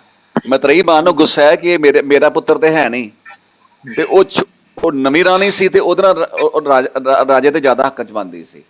ਤੇ ਬੱਚੇ ਨੂੰ ਬੜਾ ਮਹਿਸੂਸ ਹੋਇਆ ਕਿ ਮੈਂ ਆਪਣੇ ਪਿਤਾ ਦੀ ਗੋਦੀ 'ਚ ਬੈਠਾ ਤੇ ਮੈਨੂੰ ਬਾਹਰ ਬਿਠਾਤਾ। ਕਹਿੰਦੇ ਡੁੱਡੋਂ ਲਿਕਾ ਮਾਂ ਪੁੱਛੇ ਤੂੰ ਸਵਾਣੀ ਹੈ ਕਿ ਸਰੀਤਾ। ਆਪਣੀ ਮਾਂ ਕੋਲ ਚਲਾ ਗਿਆ ਕਿ ਮਾਂ ਤੂੰ ਮੈਨੂੰ ਦੱਸ ਕਿ ਤੂੰ ਰਾਣੀ ਹੈ ਕਿ ਗੋਲੀ ਹੈ, ਕਿ ਤੂੰ ਮੈਨੂੰ ਕਹਿੰਦੀ ਹੈ ਤੇਰਾ ਪਿਤਾ ਹੈ ਤੇ ਮੈਂ ਪਿਤਾ ਜੀ ਦੀ ਗੋਦੀ 'ਚ ਬੈਠਾ ਤੇ ਮੈਨੂੰ ਦੂਜੀ ਮਾਤਾ ਨੇ ਮੈਨੂੰ ਉੱਠ ਕੇ ਕਰਤਾ। ਹੁਣ ਮਾਂ ਬੜੀ ਸਿਆਣੀ ਸੀ, ਮਾਂ ਚਾਹਦੀ ਤੇ ਚੁਗਲੀਆਂ ਲਾਉਂਦੀ ਵੀ ਤੇਰੀ ਮਾਂ ਬੜੀ ਮਾੜੀ ਹੈ, ਜਿਹੜੀ ਦੂਜੀ ਹੈਗੀ ਹੈ ਤੇਰੇ ਪਿਤਾ ਹੀ ਮਾੜੇ ਹੈ, ਪਰ ਮਾਂ ਨੇ ਦੇਖਿਆ ਕਿ ਬੱਚੇ ਨੂੰ ਚੋਟ ਲੱਗੀ ਹੈ, ਇਹਨੂੰ ਸਹੀ ਪਾਸੇ ਤੋਰ ਦੋ। ਤੇ ਮਾਂ ਕੀ ਕਹਿੰਦੀ ਹੈ, ਮਾਂ ਨੇ ਉਹਦੇ ਜਵਾਬ ਦਿੱਤਾ ਡੁੱਡੋਂ ਲਿਕਾ ਮਾਂ ਪੁੱਛੇ ਤੂੰ ਸਾਵਾਣੀ ਹੈ ਕਿ ਸਰੀਤਾ। ਉਹ ਕਹਿਣ ਲੱਗੀ ਸਾਵਾਣੀ ਹਾਂ ਜਨਮ ਦੀ, ਜਨਮ ਤੋਂ ਤੇ ਮੈਂ ਰਾਣੀ ਸਾਂ, ਸਭ ਤੋਂ ਪਹਿਲੀ ਰਾਣੀ ਮੈਂ ਹੀ ਸਾਂ, ਪਰ ਮੇਰੇ ਕੋਲ ਇੱਕ ਗਲਤੀ ਹੋਈ, ਨਾਮ ਨਾ ਭਗਤੀ ਕਰਮ ਦ੍ਰਿੜੀਤਾ। ਮੈਂ ਰੱਬ ਦਾ ਨਾਮ ਨਹੀਂ ਜਪਿਆ ਤੇ ਨਾਮ ਨਾ ਜਪਣ ਕਰਕੇ ਮੇਰੇ ਹੱਕ ਮੇਰੇ ਕੋਲ ਖੋਏ ਗਏ ਨੇ, ਤੇ ਹੁਣ ਰਾਜਾ ਮੈਨੂੰ ਉਹ ਅਸਥਾਨ ਨਹੀਂ ਦਿੰਦਾ। ਤੇ ਫਿਰ ਉਹ ਕਹਿੰਦਾ ਮੈਂ ਕੀ ਕਰਾਂ। ਉਹ ਕਹਿੰਦੇ ਕਿਸ ਉਦਮ ਤੇ ਰਾਜ ਮਿਲੇ, ਸ਼ਤਰੂ ਤੇ ਸਭ ਹੋਵਨ ਮੀਤਾ, ਤੇ ਪਰਮੇਸ਼ਰ ਆਰਾਧੀਏ ਜਿੱਦੂ ਹੋਈਏ ਪਤਤ ਪਨੀਤਾ। ਉਹ ਬੱਚੇ ਨੂੰ ਨਾਲ ਹੀ ਉਹਨੇ, ਜਿੱਦਾਂ ਫਰੀਦ ਜੀ ਦੇ ਮਾਤਾ ਨੇ ਗੁਰਦਾ ਲਾਇਆ ਸੀ ਨਾ, ਉਹ ਕਹਿਣ ਲੱਗੀ ਜੇ ਤੂੰ ਰੱਬ ਦਾ ਨਾਮ ਜਪੇਗਾ ਹਾਂਜੀ ਤੇ ਤੈਨੂੰ ਰਾਜ ਭਾਗ ਮਿਲ ਜਾਏਗਾ। ਛੋਟਾ ਜਿਹਾ ਬੱਚਾ ਸੀ। Beautiful story. ਇਸ ਤਰ੍ਹਾਂ ਦੀਆਂ ਹਾਂਜੀ। ਜਿਹੜੀਆਂ ਚੀਜ਼ਾਂ ਨੇ ਉਹ ਸਾਡੇ ਤੇ ਕਿੰਨਾ ਚੰਗਾ ਅਸਰ ਕਰਦੀਆਂ ਨੇ ਜਦੋਂ ਉਸ ਨੂੰ ਵਿਚਾਰ ਕਰਦੇ ਆ, ਪੜ੍ਹਦੇ ਆ। ਪਰ ਇਹੋ ਜਿਹੀਆਂ ਚੀਜ਼ਾਂ ਦੀ ਰੀਤ ਰਿਵਾਜ ਘਟ ਗਈ ਹੈ ਗੁਰਦੁਆਰਿਆਂ ਦੇ ਵਿੱਚ ਵੀ। ਮੈਂ ਕਦੇ ਸੁਣੀਆਂ ਨਹੀਂ ਇਹ ਗੱਲਾਂ ਕਰਦੇ। ਹਾਂਜੀ, ਟਾਈਮ ਬੜਾ ਥੋੜਾ ਹੁੰਦਾ, ਉਹਦੇ ਚ ਮੌਕਾ ਹੀ ਨਹੀਂ ਲੱਗਦਾ। ਤੇ ਤੁਸੀਂ ਦੱਸੋ ਗਿਆਨੀ ਕਮਲਜੀਤ ਸਿੰਘ ਜੀ ਕਿ ਵੀ ਇਹ ਜਿਹੜੇ ਡਰੱਗ ਨਸ਼ੇ ਇਸ ਲਈ ਨੇ ਕਿ ਬੰਦਾ ਚਾਹੁੰਦਾ ਕਿ ਮੈਨੂੰ ਪਲੇਜ਼ਰ ਮਿਲੇ, ਮੈਨੂੰ ਖੁਸ਼ੀ ਮਿਲੇ, ਤੇ ਉਹ ਖੁਸ਼ੀ ਜਿਹੜੀ ਆ ਉਹ ਨਾਮ ਸਿਮਰਨ ਤੇ ਇਹਨਾਂ ਕਹਾਣੀਆਂ ਸੁਣਨ ਦੇ ਨਾਲ ਵੀ ਪੈਦਾ ਹੋ ਸਕਦੀ ਹੈ। ਤੇ ਜੇ ਇਹ ਮੌਕਾ ਖੁੱਲ ਗਿਆ ਤੇ ਫਿਰ ਉਹ ਕਿਵੇਂ ਲੱਭਣ ਦੀ ਕੋਸ਼ਿਸ਼ ਕਰੂਗਾ। ਤੇ ਇਹਦੇ ਵਿੱਚ ਤੁਸੀਂ ਦੱਸੋ ਤੁਹਾਡੇ ਆਪਣੇ ਵਿਚਾਰ ਅਨੁਸਾਰ ਕਿ ਵੀ ਕੀ ਕੀਤਾ ਜਾ ਸਕਦਾ ਕਿ ਇਹ ਚੀਜ਼ਾਂ ਨੂੰ ਮੁੜ ਕੇ ਬਹਾਲ ਕੀਤਾ ਜਾਵੇ ਸਾਡੇ ਥਾਵਾਂ ਤੇ, ਚਾਹੇ ਜਿੰਨੇ ਵੀ ਕਮੇਟੀ ਵਾਲੇ ਮਾੜੇ ਕਿਉਂ ਨਾ ਹੋਣ ਜਾਂ ਹੋਰ ਲਾਂਬੇ ਸ਼ਾਂਬੇ ਦੇ ਕਿਉਂ ਨਾ ਹੋਣ, ਨੁਕਤਾਚੀਨੀ ਵਾਲੇ। ਕਿਵੇਂ ਗ੍ਰੰਥੀ ਸਿੰਘ ਇਹਨਾਂ ਚੀਜ਼ਾਂ ਨੂੰ, ਜਾਂ ਗ੍ਰੰਥੀ ਸਿੰਘ ਦੇ ਜਿਹੜੇ ਹੋਰ ਜਾਣ ਪਛਾਣ ਵਾਲੇ ਬੰਦੇ ਨੇ, ਮੁੜ ਕੇ ਇਹ ਚੀਜ਼ਾਂ ਨੂੰ ਕਿਵੇਂ ਬਹਾਲ ਕਰ ਸਕਦੇ ਨੇ ਸੰਗਤ ਦੇ ਵਿੱਚ। ਬੱਚਿਆਂ ਦੀ ਐਜੂਕੇਸ਼ਨ ਜਿਹੜੀ ਹੈ ਇਸ ਤਰੀਕੇ ਨਾਲ ਹੋ ਸਕੇ ਜਿਵੇਂ ਧਰੂ ਦੀ ਮਾਂ ਨੇ ਉਹਨੂੰ ਸਮਝਾਇਆ। ਆਪਣੇ ਵਿਚਾਰ ਦੱਸੋ।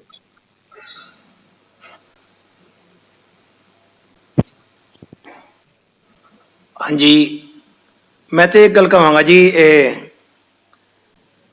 ਆਪਣੇ ਜਿਹੜੇ ਜੇ ਆਪਾਂ ਨੂੰ ਵਾਕਈ ਸਾਰਿਆਂ ਵਾਸਤੇ ਸੋਚਣਾ ਹੈ ਤੇ ਸਾਡੀ ਜਿਹੜੀ ਸ਼੍ਰੋਮਣੀ ਪ੍ਰਬੰਧਕ ਕਮੇਟੀ ਹੈ ਨਾ, ਉਹ ਇਹ ਕਰੇ ਕਿ ਜਿੱਥੇ ਆਪਾਂ ਇਸ ਪੈਸੇ ਨੂੰ ਗਲਤ ਪਾਸੇ ਲਾਉਂਦੇ ਆ ਨਾ, ਪਰ ਅਸੀਂ ਕਦੀ ਉਸ ਪੈਸੇ ਨੂੰ ਚੰਗੇ ਪਾਸੇ ਨਹੀਂ ਲਾਇਆ। ਜੇ ਆਪਾਂ ਅੱਜ ਉसी ਪੈਸੇ ਨੂੰ ਕੋਈ ਚੰਗਾ ਕਾਲਜ ਬਣਾ ਕੇ ਜਿੱਥੇ ਆਪਾਂ ਸੰਸਾਰਿਕ ਪੜ੍ਹਾਈ ਕਰਦੇ ਆ, ਉੱਥੇ ਆਪਾਂ ਨੂੰ। ਭਾਈ ਸਾਹਿਬ ਇੱਕ ਮਿੰਟ, ਮੇਰਾ ਸਵਾਲ ਹੋਰ ਹੈ। ਮੇਰਾ ਸਵਾਲ ਇਹ ਹੈ ਕਿ ਵੀ ਉਹਨਾਂ ਦੇ ਤਾਂ ਸਾਡਾ ਕੰਟਰੋਲ ਨਹੀਂ, ਕਮੇਟੀਆਂ ਤੇ ਉਹਨਾਂ ਤੇ ਸਾਡਾ ਕੋਈ ਕੰਟਰੋਲ ਨਹੀਂ ਅਸੀਂ।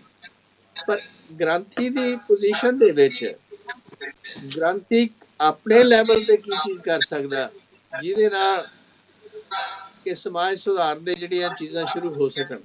ਕਿਉਂਕਿ ਕਮੇਟੀਆਂ ਨੂੰ ਕਿਹਨੇ ਬਦਲਣਾ, ਕਿਵੇਂ ਉਹਨਾਂ ਦਾ ਹਿਸਾਬ ਕਿਤਾਬ ਕਰਨਾ, ਕਿਸੇ ਦੀਆਂ ਪੁੱਠੀਆਂ ਆਦਤਾਂ ਪਈਆਂ ਇੱਕਦਮ ਨਹੀਂ ਬਦਲਦੀਆਂ। ਪਰ ਫਿਰ ਵੀ ਗੁਰੂ ਘਰ ਦੇ ਵਜ਼ੀਰ ਹੋਣ ਕਰਕੇ ਗ੍ਰੰਥੀ, ਉਹ ਗ੍ਰੰਥੀ ਦੀ ਜਿਹੜੀ ਜ਼ਿੰਮੇਵਾਰੀ ਆ ਬਾਵਜੂਦ ਦੁੱਖ ਸੁੱਖ ਦੇ, ਉਹ ਤਾਂ ਹੈ ਤਾਂ ਬੱਚਿਆਂ ਲਈ ਹੋਈ ਨਾ ਕਿ ਬੱਚਿਆਂ ਨੂੰ ਕਿਵੇਂ ਉਹਨਾਂ ਨੂੰ ਬਹਾਲ ਕੀਤਾ ਜਾਵੇ। ਹਾਂਜੀ ਹਾਂਜੀ ਹਾਂਜੀ, ਉਹਦੇ ਬਾਅਦ ਆਪਣੇ ਵਿਚਾਰ ਜਰਾ ਦੱਸਣੇ ਤੁਸੀਂ। ਇੱਕ ਮਿੰਟ ਮੈਂ ਗਿਆਨੀ ਧਰਮ ਸਿੰਘ ਕੋਲੇ ਜਾਣਾ, ਫਿਰ ਤੁਹਾਡੇ ਕੋਲ ਆਵਾਂਗਾ। ਗਿਆਨੀ ਜੀ ਠੀਕ ਹੈ ਜੀ, ਦੱਸੋ ਕਿਵੇਂ ਕਰਨਾ ਚਾਹੀਦਾ। ਡਾਕਟਰ ਸਾਹਿਬ ਜੀ ਇਹਦੇ ਲਈ ਤੇ ਨਿੱਜੀ ਪੱਧਰ ਤੇ ਉਪਰਾਲੇ ਕੀਤੇ ਜਾ ਸਕਦੇ ਆ। ਜਿੰਨਾ ਮੈਂ ਕਰ ਸਕਦਾ ਵਾਂ, ਮੈਂ ਆਪਣੇ ਬੱਚਿਆਂ ਨੂੰ ਆਂਢ ਗੁਆਂਢ ਦੇ ਜਿੱਥੋਂ ਤੱਕ ਮੇਰੀ ਪਹੁੰਚ ਹੈ, ਜੇ ਗੁਰਦੁਆਰੇ 'ਚ ਡਿਊਟੀ ਕਰਦਾ ਆ ਤੇ ਉੱਥੇ ਪ੍ਰੇਰਨਾ ਕਰਨੀ ਮਾਂ ਪਿਓ ਨੂੰ ਵੀ ਆਪਣੇ ਬੱਚੇ ਲੈ ਕੇ ਆਓ, ਤੇ ਬੱਚਿਆਂ ਦੇ ਲੈਵਲ ਨੂੰ ਵੇਖ ਕੇ ਉਹਨਾਂ ਲਈ ਸਭ ਤੋਂ ਵਧੀਆ ਤਰੀਕਾ ਇੱਕੋ ਹੁੰਦਾ ਵਾ, ਕਥਾ ਕਹਾਣੀਆਂ ਸਾਖੀਆਂ ਵਗੈਰਾ। ਮੇਰਾ ਛੋਟਾ ਜਿਹਾ ਪੋਤਰਾ ਆ, ਉਹਨੂੰ ਮੈਂ ਸਾਖੀ ਸੁਣਾਉਂਦਾ ਆ ਤੇ ਉਹ ਫਿਰ ਕਹੂਗਾ ਹੋਰ ਹੋਰ ਹੋਰ, ਤੇ ਫਿਰ ਕਹੂ ਮੈਂ 5 ਸੁਣਨੀਆਂ, ਮੈਂ 6 ਸੁਣਨੀਆਂ। ਮੈਂ ਕਈ ਵਾਰ ਥੱਕ ਜਾਂਦਾ ਆ, ਪਰ ਉਹ ਫਿਰ तो ਮੈਂ ਉਹਨੂੰ देखो कितना ਪੁੱਛਦਾ ਵਾਂ शौक ਵੀ है ਤੈਨੂੰ बच्चे का। ਕੱਲ वाली। बच्चे का ਹਾਂਜੀ ਮੈਂ शौक ਕਿਹਾ कितना, ਮੈਂ ਪੁੱਛਦਾ, क्यूरियोसिटी कितनी होती। हाँ जी। ਹਾਂਜੀ ਤੇ ਮੈਂ ਉਹਨੂੰ ਪੁੱਛਦਾ ਆ ਵੀ ਤੈਨੂੰ ਕੱਲ ਵਾਲੀ ਯਾਦ ਆ? ਕਹਿੰਦਾ ਨਹੀਂ, ਪਰ ਮੈਨੂੰ ਇਹ ਪੱਕਾ ਆ ਵੀ ਅੱਜ ਨਹੀਂ ਯਾਦ, ਪਰ ਵੱਡੇ ਹੋ ਕੇ ਯਾਦ ਹੋਣਗੀਆਂ। ਮੈਨੂੰ ਅੱਜ ਵੀ ਯਾਦ ਆ ਆਪਣੇ ਪਿਤਾ ਜੀ ਕੋਲੋਂ ਜਿਹੜੀਆਂ ਬਚਪਨ ਦੀਆਂ ਸੁਣੀਆਂ ਹੋਈਆਂ। ਮੈਂ ਉਹਦੇ ਚੋਂ ਇੱਕ ਸੁਣਾ ਦਿੰਦਾ, ਸਾਰਿਆਂ ਦੇ ਸ਼ਾਇਦ ਕੰਮ ਆ ਜਾਵੇ। हाँ जी। ਇੱਕ ਵਾਰੀ ਉਹਨੇ ਮੈਨੂੰ ਸੁਣਾਈ ਵੀ ਇੱਕ ਬੱਚਾ ਸੀ ਤੇ ਉਹਨੂੰ ਪਿਓ ਨੇ 5 ਰੁਪਏ ਦਿੱਤੇ, ਪਿਆ ਲੈ ਖੂਹ 'ਚ ਸੁੱਟ ਦਿੱਤੇ। ਉਹਨੇ ਫਟਾਫਟ ਖੂਹ 'ਚ ਸੁੱਟ ਦਿੱਤੇ ਤੇ ਅਗਲੇ ਦਿਨ ਉਹਨੇ ਕਿਹਾ ਕਿ ਪੁੱਤਰ ਵੀ ਹੁਣ ਤੂੰ ਤਗੜਾ ਹੋ ਗਿਆ ਵਾ ਤੇ ਤੂੰ ਆਪ ਕੁਝ ਕਮਾ ਕੇ ਲਿਆ ਪੈਸੇ। ਕਹਿੰਦਾ ਵੀ ਮੈਂ ਕਿੱਦਾਂ ਲਿਆਵਾਂ? ਤੇ ਉਹਨੇ ਕਿਹਾ ਵੀ ਤੂੰ ਏਦਾਂ ਕਰ, ਘਾਹ ਖੋਤ ਤੇ ਉਹਨੂੰ ਬਾਜ਼ਾਰ 'ਚ ਵੇਚ ਕੇ ਪੈਸੇ ਲਿਆ। ਤੇ ਉਹ ਘਾਹ ਖੋਤਣ ਗਿਆ ਸਾਰਾ ਦਿਨ, ਮੁੜਕੋ ਮੁੜਕੀ ਹੋ ਕੇ ਸ਼ਾਮ ਨੂੰ ਜਦੋਂ ਉਹਨੇ ਵੇਚਿਆ ਘਾਹ ਤੇ ਉਹਨੂੰ ਮਿਲੇ 2 ਆਨੇ। ਤੇ ਉਹ ਜਦੋਂ ਲੈ ਕੇ ਆਇਆ ਬੜੀ ਖੁਸ਼ੀ ਖੁਸ਼ੀ, ਤੇ ਪਿਤਾ ਨੇ ਕਿਹਾ ਵੀ ਇਹਨੂੰ ਖੂਹ 'ਚ ਸੁੱਟ ਦੇ। ਤੇ ਉਹ ਕਹਿੰਦਾ ਵੀ ਨਹੀਂ, ਮੈਂ ਸਾਰਾ ਦਿਨ ਧੁੱਪ 'ਚ ਸੜ ਸੜ ਕੇ ਮੈਂ ਇਹ ਪੈਸੇ ਕਮਾਏ ਆ ਤੇ ਮੈਂ ਖੂਹ 'ਚ ਕਿਵੇਂ ਸੁੱਟਾਂ? ਫਿਰ ਉਹਨੇ ਪਿਓ ਨੇ ਕਿਹਾ ਵੀ ਇਹ ਪੁੱਤਰ ਜਿਹੜੇ ਤੂੰ ਕੱਲ ਖੂਹ 'ਚ 5 ਸੁੱਟੇ ਸੀ ਨਾ, ਉਹ ਵੀ ਏਦਾਂ ਹੀ ਕਮਾਏ ਸੀਗੇ। ਤੇ ਉਹ ਗੱਲ ਇਹ ਆ ਵੀ ਬਚਪਨ ਦੇ ਵਿੱਚ ਨਿੱਕੀ ਜੀ ਜਿਹੜੀ ਗੱਲ ਤਰੀਕੇ ਨਾਲ ਦੱਸੀ ਹੋਈ ਜਿਹੜੀ ਆ, ਉਹ ਸਾਰੀ ਜ਼ਿੰਦਗੀ ਨਹੀਂ ਭੁੱਲਦੀ। बिल्कुल ठीक है गल, ਹਾਂਜੀ ये ਤੇ कोई शक नहीं। हाँ जी। ਹਾਂ, ਇੱਕ ਮੈਨੂੰ ਹੋਰ ਯਾਦ ਆ, ਸਾਡੇ ਬਾਬਾ ਜੀ ਸੀਗੇ ਤੇ ਉਹ ਗੁਰਦੁਆਰੇ ਕਰਦੇ ਹੁੰਦੇ ਸੀ ਸੇਵਾ, ਫ੍ਰੀ ਸੇਵਾ ਕੀਤੀ ਸਾਰੀ ਜ਼ਿੰਦਗੀ ਉਹਨਾਂ ਮਾਇਆ ਵੱਲੋਂ। ਤੇ ਇੱਕ ਵਾਰੀ ਉਹ ਮੈਨੂੰ ਲੈ ਜਾਂਦੇ ਹੁੰਦੇ ਸੀ ਨਾਲ, ਬੜਾ ਛੋਟਾ ਸੀਗਾ ਮੈਂ, ਤੇ ਉਹਨਾਂ ਨੇ ਕਹਾਣੀ ਸੁਣਾਈ, 3 ਸੁਣਾਈਆਂ। ਤੇ ਉਹ ਤਿੰਨੇ ਜਿਹੜੀਆਂ ਨੇ ਬੜਾ ਵੱਡਾ ਗਿਆਨ ਆ ਉਹਨਾਂ 'ਚ, ਵੱਡੇ ਵੱਡੇ ਗ੍ਰੰਥਾਂ ਜਿੰਨਾ ਗਿਆਨ ਆ ਉਹ ਤਿੰਨਾਂ ਕਹਾਣੀਆਂ 'ਚ। ਕਹਿੰਦੇ ਵੀ ਇੱਕ ਵਾਰੀ ਕਿਹਾ ਸਾਧ ਦੇ ਕੋਲ, ਮਹਾਂਪੁਰਖ ਦੇ ਕੋਲ ਜਾਂ ਕੋਈ ਭਗਤ ਦੇ ਕੋਲ ਕੋਈ ਮਨੁੱਖ ਗਿਆ ਤੇ ਉਹਨੇ ਕਿਹਾ ਵੀ ਬਾਬਾ ਜੀ ਮੈਨੂੰ ਆਪਣੀ ਜ਼ਿੰਦਗੀ ਦੇ ਵਿੱਚ ਕੀ ਕਰਨਾ ਚਾਹੀਦਾ ਵਾ ਆਪਣੇ ਜੀਵਨ ਨੂੰ ਸਫਲ ਕਰਨ ਲਈ? ਤੇ ਉਹਨੇ ਕਿਹਾ ਕਿ ਤੁਸੀਂ ਏਦਾਂ ਕਰੋ ਵੀ ਫਲਾਣੇ ਥਾਂ ਤੇ ਇੱਕ ਕੋਈ ਗੁਰਸਿੱਖ ਰਹਿੰਦਾ, ਉਹਨੂੰ ਮਿਲ ਕੇ ਆਓ ਤੇ ਮੈਂ ਤੁਹਾਡੇ ਇਸ ਪ੍ਰਸ਼ਨ ਦਾ ਉੱਤਰ ਫਿਰ ਦਊਂਗਾ। ਤੇ ਉਹ ਜਦੋਂ ਜਾ ਰਹੇ ਆ ਤੇ ਰਸਤੇ ਦੇ ਵਿੱਚ ਕਹਿੰਦੇ ਨੇ ਵੀ ਇੱਕ ਜੰਗਲ ਦੇ ਵਿੱਚ ਰਾਤ ਪੈ ਗਈ ਤੇ ਇੱਕ ਦਰਖਤ ਦੇ ਥੱਲੇ ਉਹਨੇ ਬੈਠ ਗਿਆ ਤੇ ਠੰਡ ਨਾਲ ਕੰਬ ਰਿਹਾ ਸੀ। ਤੇ ਉਹਨੇ ਸੋਚਿਆ ਵੀ ਕਿਤੇ ਕੋਈ ਇੰਤਜ਼ਾਮ ਹੋ ਜੇ ਅੱਗ ਦਾ ਤੇ ਮੈਂ ਵੀ ਅੱਗ ਸੇਕ ਲੂੰਗਾ। ਕਹਾਣੀਆਂ ਸਿੱਖਿਆ ਵਾਸਤੇ ਹੁੰਦੀਆਂ। ਤੇ ਕਹਿੰਦੇ ਵੀ ਉਹਨੇ ਲੱਕੜਾਂ ਤੇ ਇਕੱਠੀਆਂ ਕਰ ਲਈਆਂ ਜੰਗਲ ਚੋਂ, ਪਰ ਅੱਗ ਨਹੀਂ ਸੀਗੀ। ਉਹਨੇ ਚਿਰ ਨੂੰ ਕੀ ਵੇਖਦਾ ਕਿ ਉੱਪਰੋਂ ਕਿਸੇ ਪੰਛੀ ਨੇ ਬਲਦੀ ਹੋਈ ਲੱਕੜੀ ਲਿਆ ਕੇ ਤੇ ਸੁੱਟਤੀ ਤੇ ਉਹਨੇ ਅੱਗ ਬਾਲ ਕੇ ਰਾਤ ਕੱਟ ਲਈ। ਤੇ ਅੱਗੇ ਗਿਆ ਤੇ ਕੋਈ ਮਹਾਤਮਾ ਬੈਠਾ ਨਾਮ ਜਪ ਰਿਹਾ ਸੀ ਤੇ ਉਹਨੇ ਕੀ ਉੱਥੇ ਲਾਗੇ ਕੋਲ ਬੈਠ ਗਿਆ ਉਹ ਥੋੜੇ ਚਿਰ ਵਾਸਤੇ। ਤੇ ਵੇਖਦਾ ਕੀ ਆ ਕਿ ਇੱਕ ਕੋਈ ਆਇਆ ਸ਼ਾਹੂਕਾਰ, ਤੇ ਉਹਨੇ ਆ ਕੇ ਉਹਦੇ ਅੱਗੇ ਜੇਵਰਾਤ ਆਦਿਕ ਗਹਿਣੇ ਗੁਣੇ ਰੱਖੇ, ਪੈਸੇ ਰੱਖੇ, ਮੱਥਾ ਟੇਕ ਕੇ ਚਲ ਗਿਆ। ਪਰ ਉਹ ਭਗਤ ਨੇ ਅੱਖਾਂ ਨਹੀਂ ਖੋਲੀਆਂ, ਆਰਾਮ ਨਾਲ ਉਸੇ ਤਰ੍ਹਾਂ ਨਾਮ ਜਪਦਾ ਰਿਹਾ। ਉਹਦੇ ਬੈਠਿਆਂ ਹੀ ਹੋਰ ਕੋਈ ਆਇਆ ਚੋਰੋ ਚੱਕਾ, ਉਹ ਸਾਰਾ ਕੁਝ ਲੈ ਕੇ ਤੇ ਚੱਲਦਾ ਬਣਿਆ। ਸਾਧ ਨੇ ਉਹਨੂੰ ਵੀ ਕੁਝ ਨਹੀਂ ਕਿਹਾ। ਤੇ ਇਸ ਤਰ੍ਹਾਂ ਕਰਕੇ ਤੇ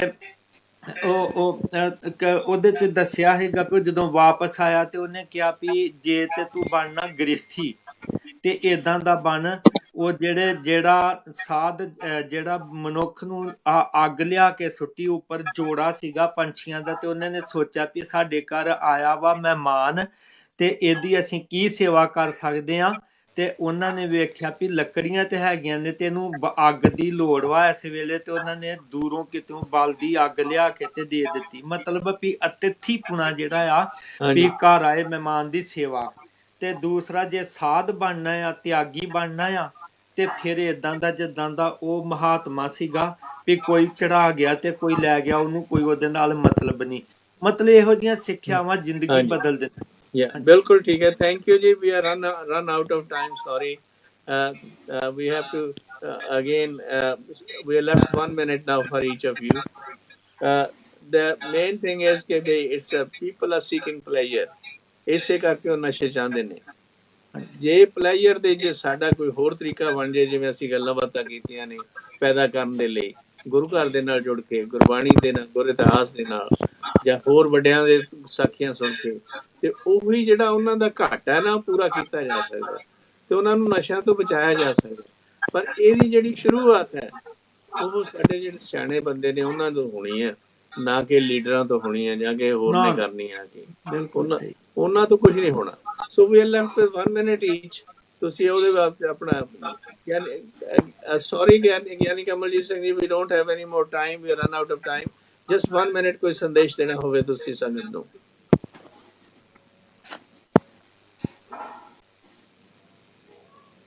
I'll come back to you. ਤੁਸੀਂ ਕੀ ਸਰਦਾਰ ਡਾਕਟਰ ਕੁਲਵਿੰਦਰ ਸਿੰਘ ਜੀ? ਹਾਂਜੀ ਸਰ, ਜਿਸ ਤਰ੍ਹਾਂ ਬੱਚਿਆਂ ਦਾ ਵਿਸ਼ੂ ਅਸੀਂ ਟੱਚ ਕੀਤਾ ਹੈ, ਤੇ ਬੱਚਿਆਂ ਵਾਸਤੇ ਨਾ ਭਾਈ ਵੀਰ ਸਿੰਘ ਜੀ ਨੇ ਗੁਰਬਾਲਮ ਸਾਖੀਆਂ ਤਿਆਰ ਕੀਤੀਆਂ। ਉਹਦੇ ਵਿੱਚ ਨਿੱਕੀਆਂ ਨਿੱਕੀਆਂ ਸਾਖੀਆਂ, ਜਿੱਦਾਂ ਦਸਮ ਪਾਤਸ਼ਾਹ ਜਦੋਂ ਛੋਟੀ ਅਵਸਥਾ 'ਚ ਸਨ ਉਹ ਕਿਸ ਤਰ੍ਹਾਂ ਕੌਤਕ ਕਰਦੇ ਸਨ, ਹਰ ਗੁਰੂ ਇਤਿਹਾਸ ਨੂੰ ਬਿਲਕੁਲ ਛੋਟੀਆਂ ਛੋਟੀਆਂ ਸਾਖੀਆਂ ਕਰਕੇ ਕੀਤਾ ਹੈ। ਅਗਰ ਉਸ ਬੱਚਿਆਂ ਨੂੰ ਪੜ੍ਹਾਈਏ ਤੇ ਪੇਰੈਂਟਸ ਬੱਚਿਆਂ ਨੂੰ ਇਸ ਤਰ੍ਹਾਂ ਸਾਖੀਆਂ ਸੁਣਾਉਣ ਤੇ ਬੱਚਿਆਂ ਦਾ ਰੁਝੇਵਾਂ ਅਵਸ਼ ਇੱਧਰ ਪੈ ਸਕਦਾ ਹੈ। ਸੋ ਪਹਿਲੀ ਜ਼ਿੰਮੇਵਾਰੀ ਪੇਰੈਂਟਸ ਦੀ ਹੈ, ਉਸ ਤੋਂ ਬਾਅਦ ਟੀਚਰਸ ਦੀ, ਤੇ ਗੁਰਦੁਆਰਾ ਸਾਹਿਬ ਦਾ ਤੇ ਹੈ ਹੀ ਹੈ, ਉੱਥੋਂ ਤੇ ਆਸ ਕਰਦੇ ਹਾਂ। Thank you. ਗਿਆਨੀ ਧੰਨ ਸਿੰਘ ਜੀ?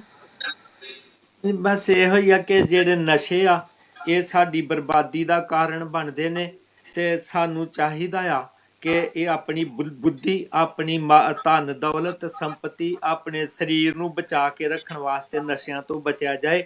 ਜੇ ਸਾਨੂੰ ਸਮਝ ਆ ਜੂਗੀ ਤੇ ਬੱਚਿਆਂ ਨੂੰ ਵੀ ਸਮਝਾਇਆ ਜਾਏ ਕਿ ਇਹ ਨਹੀਂ ਕਰਨੇ।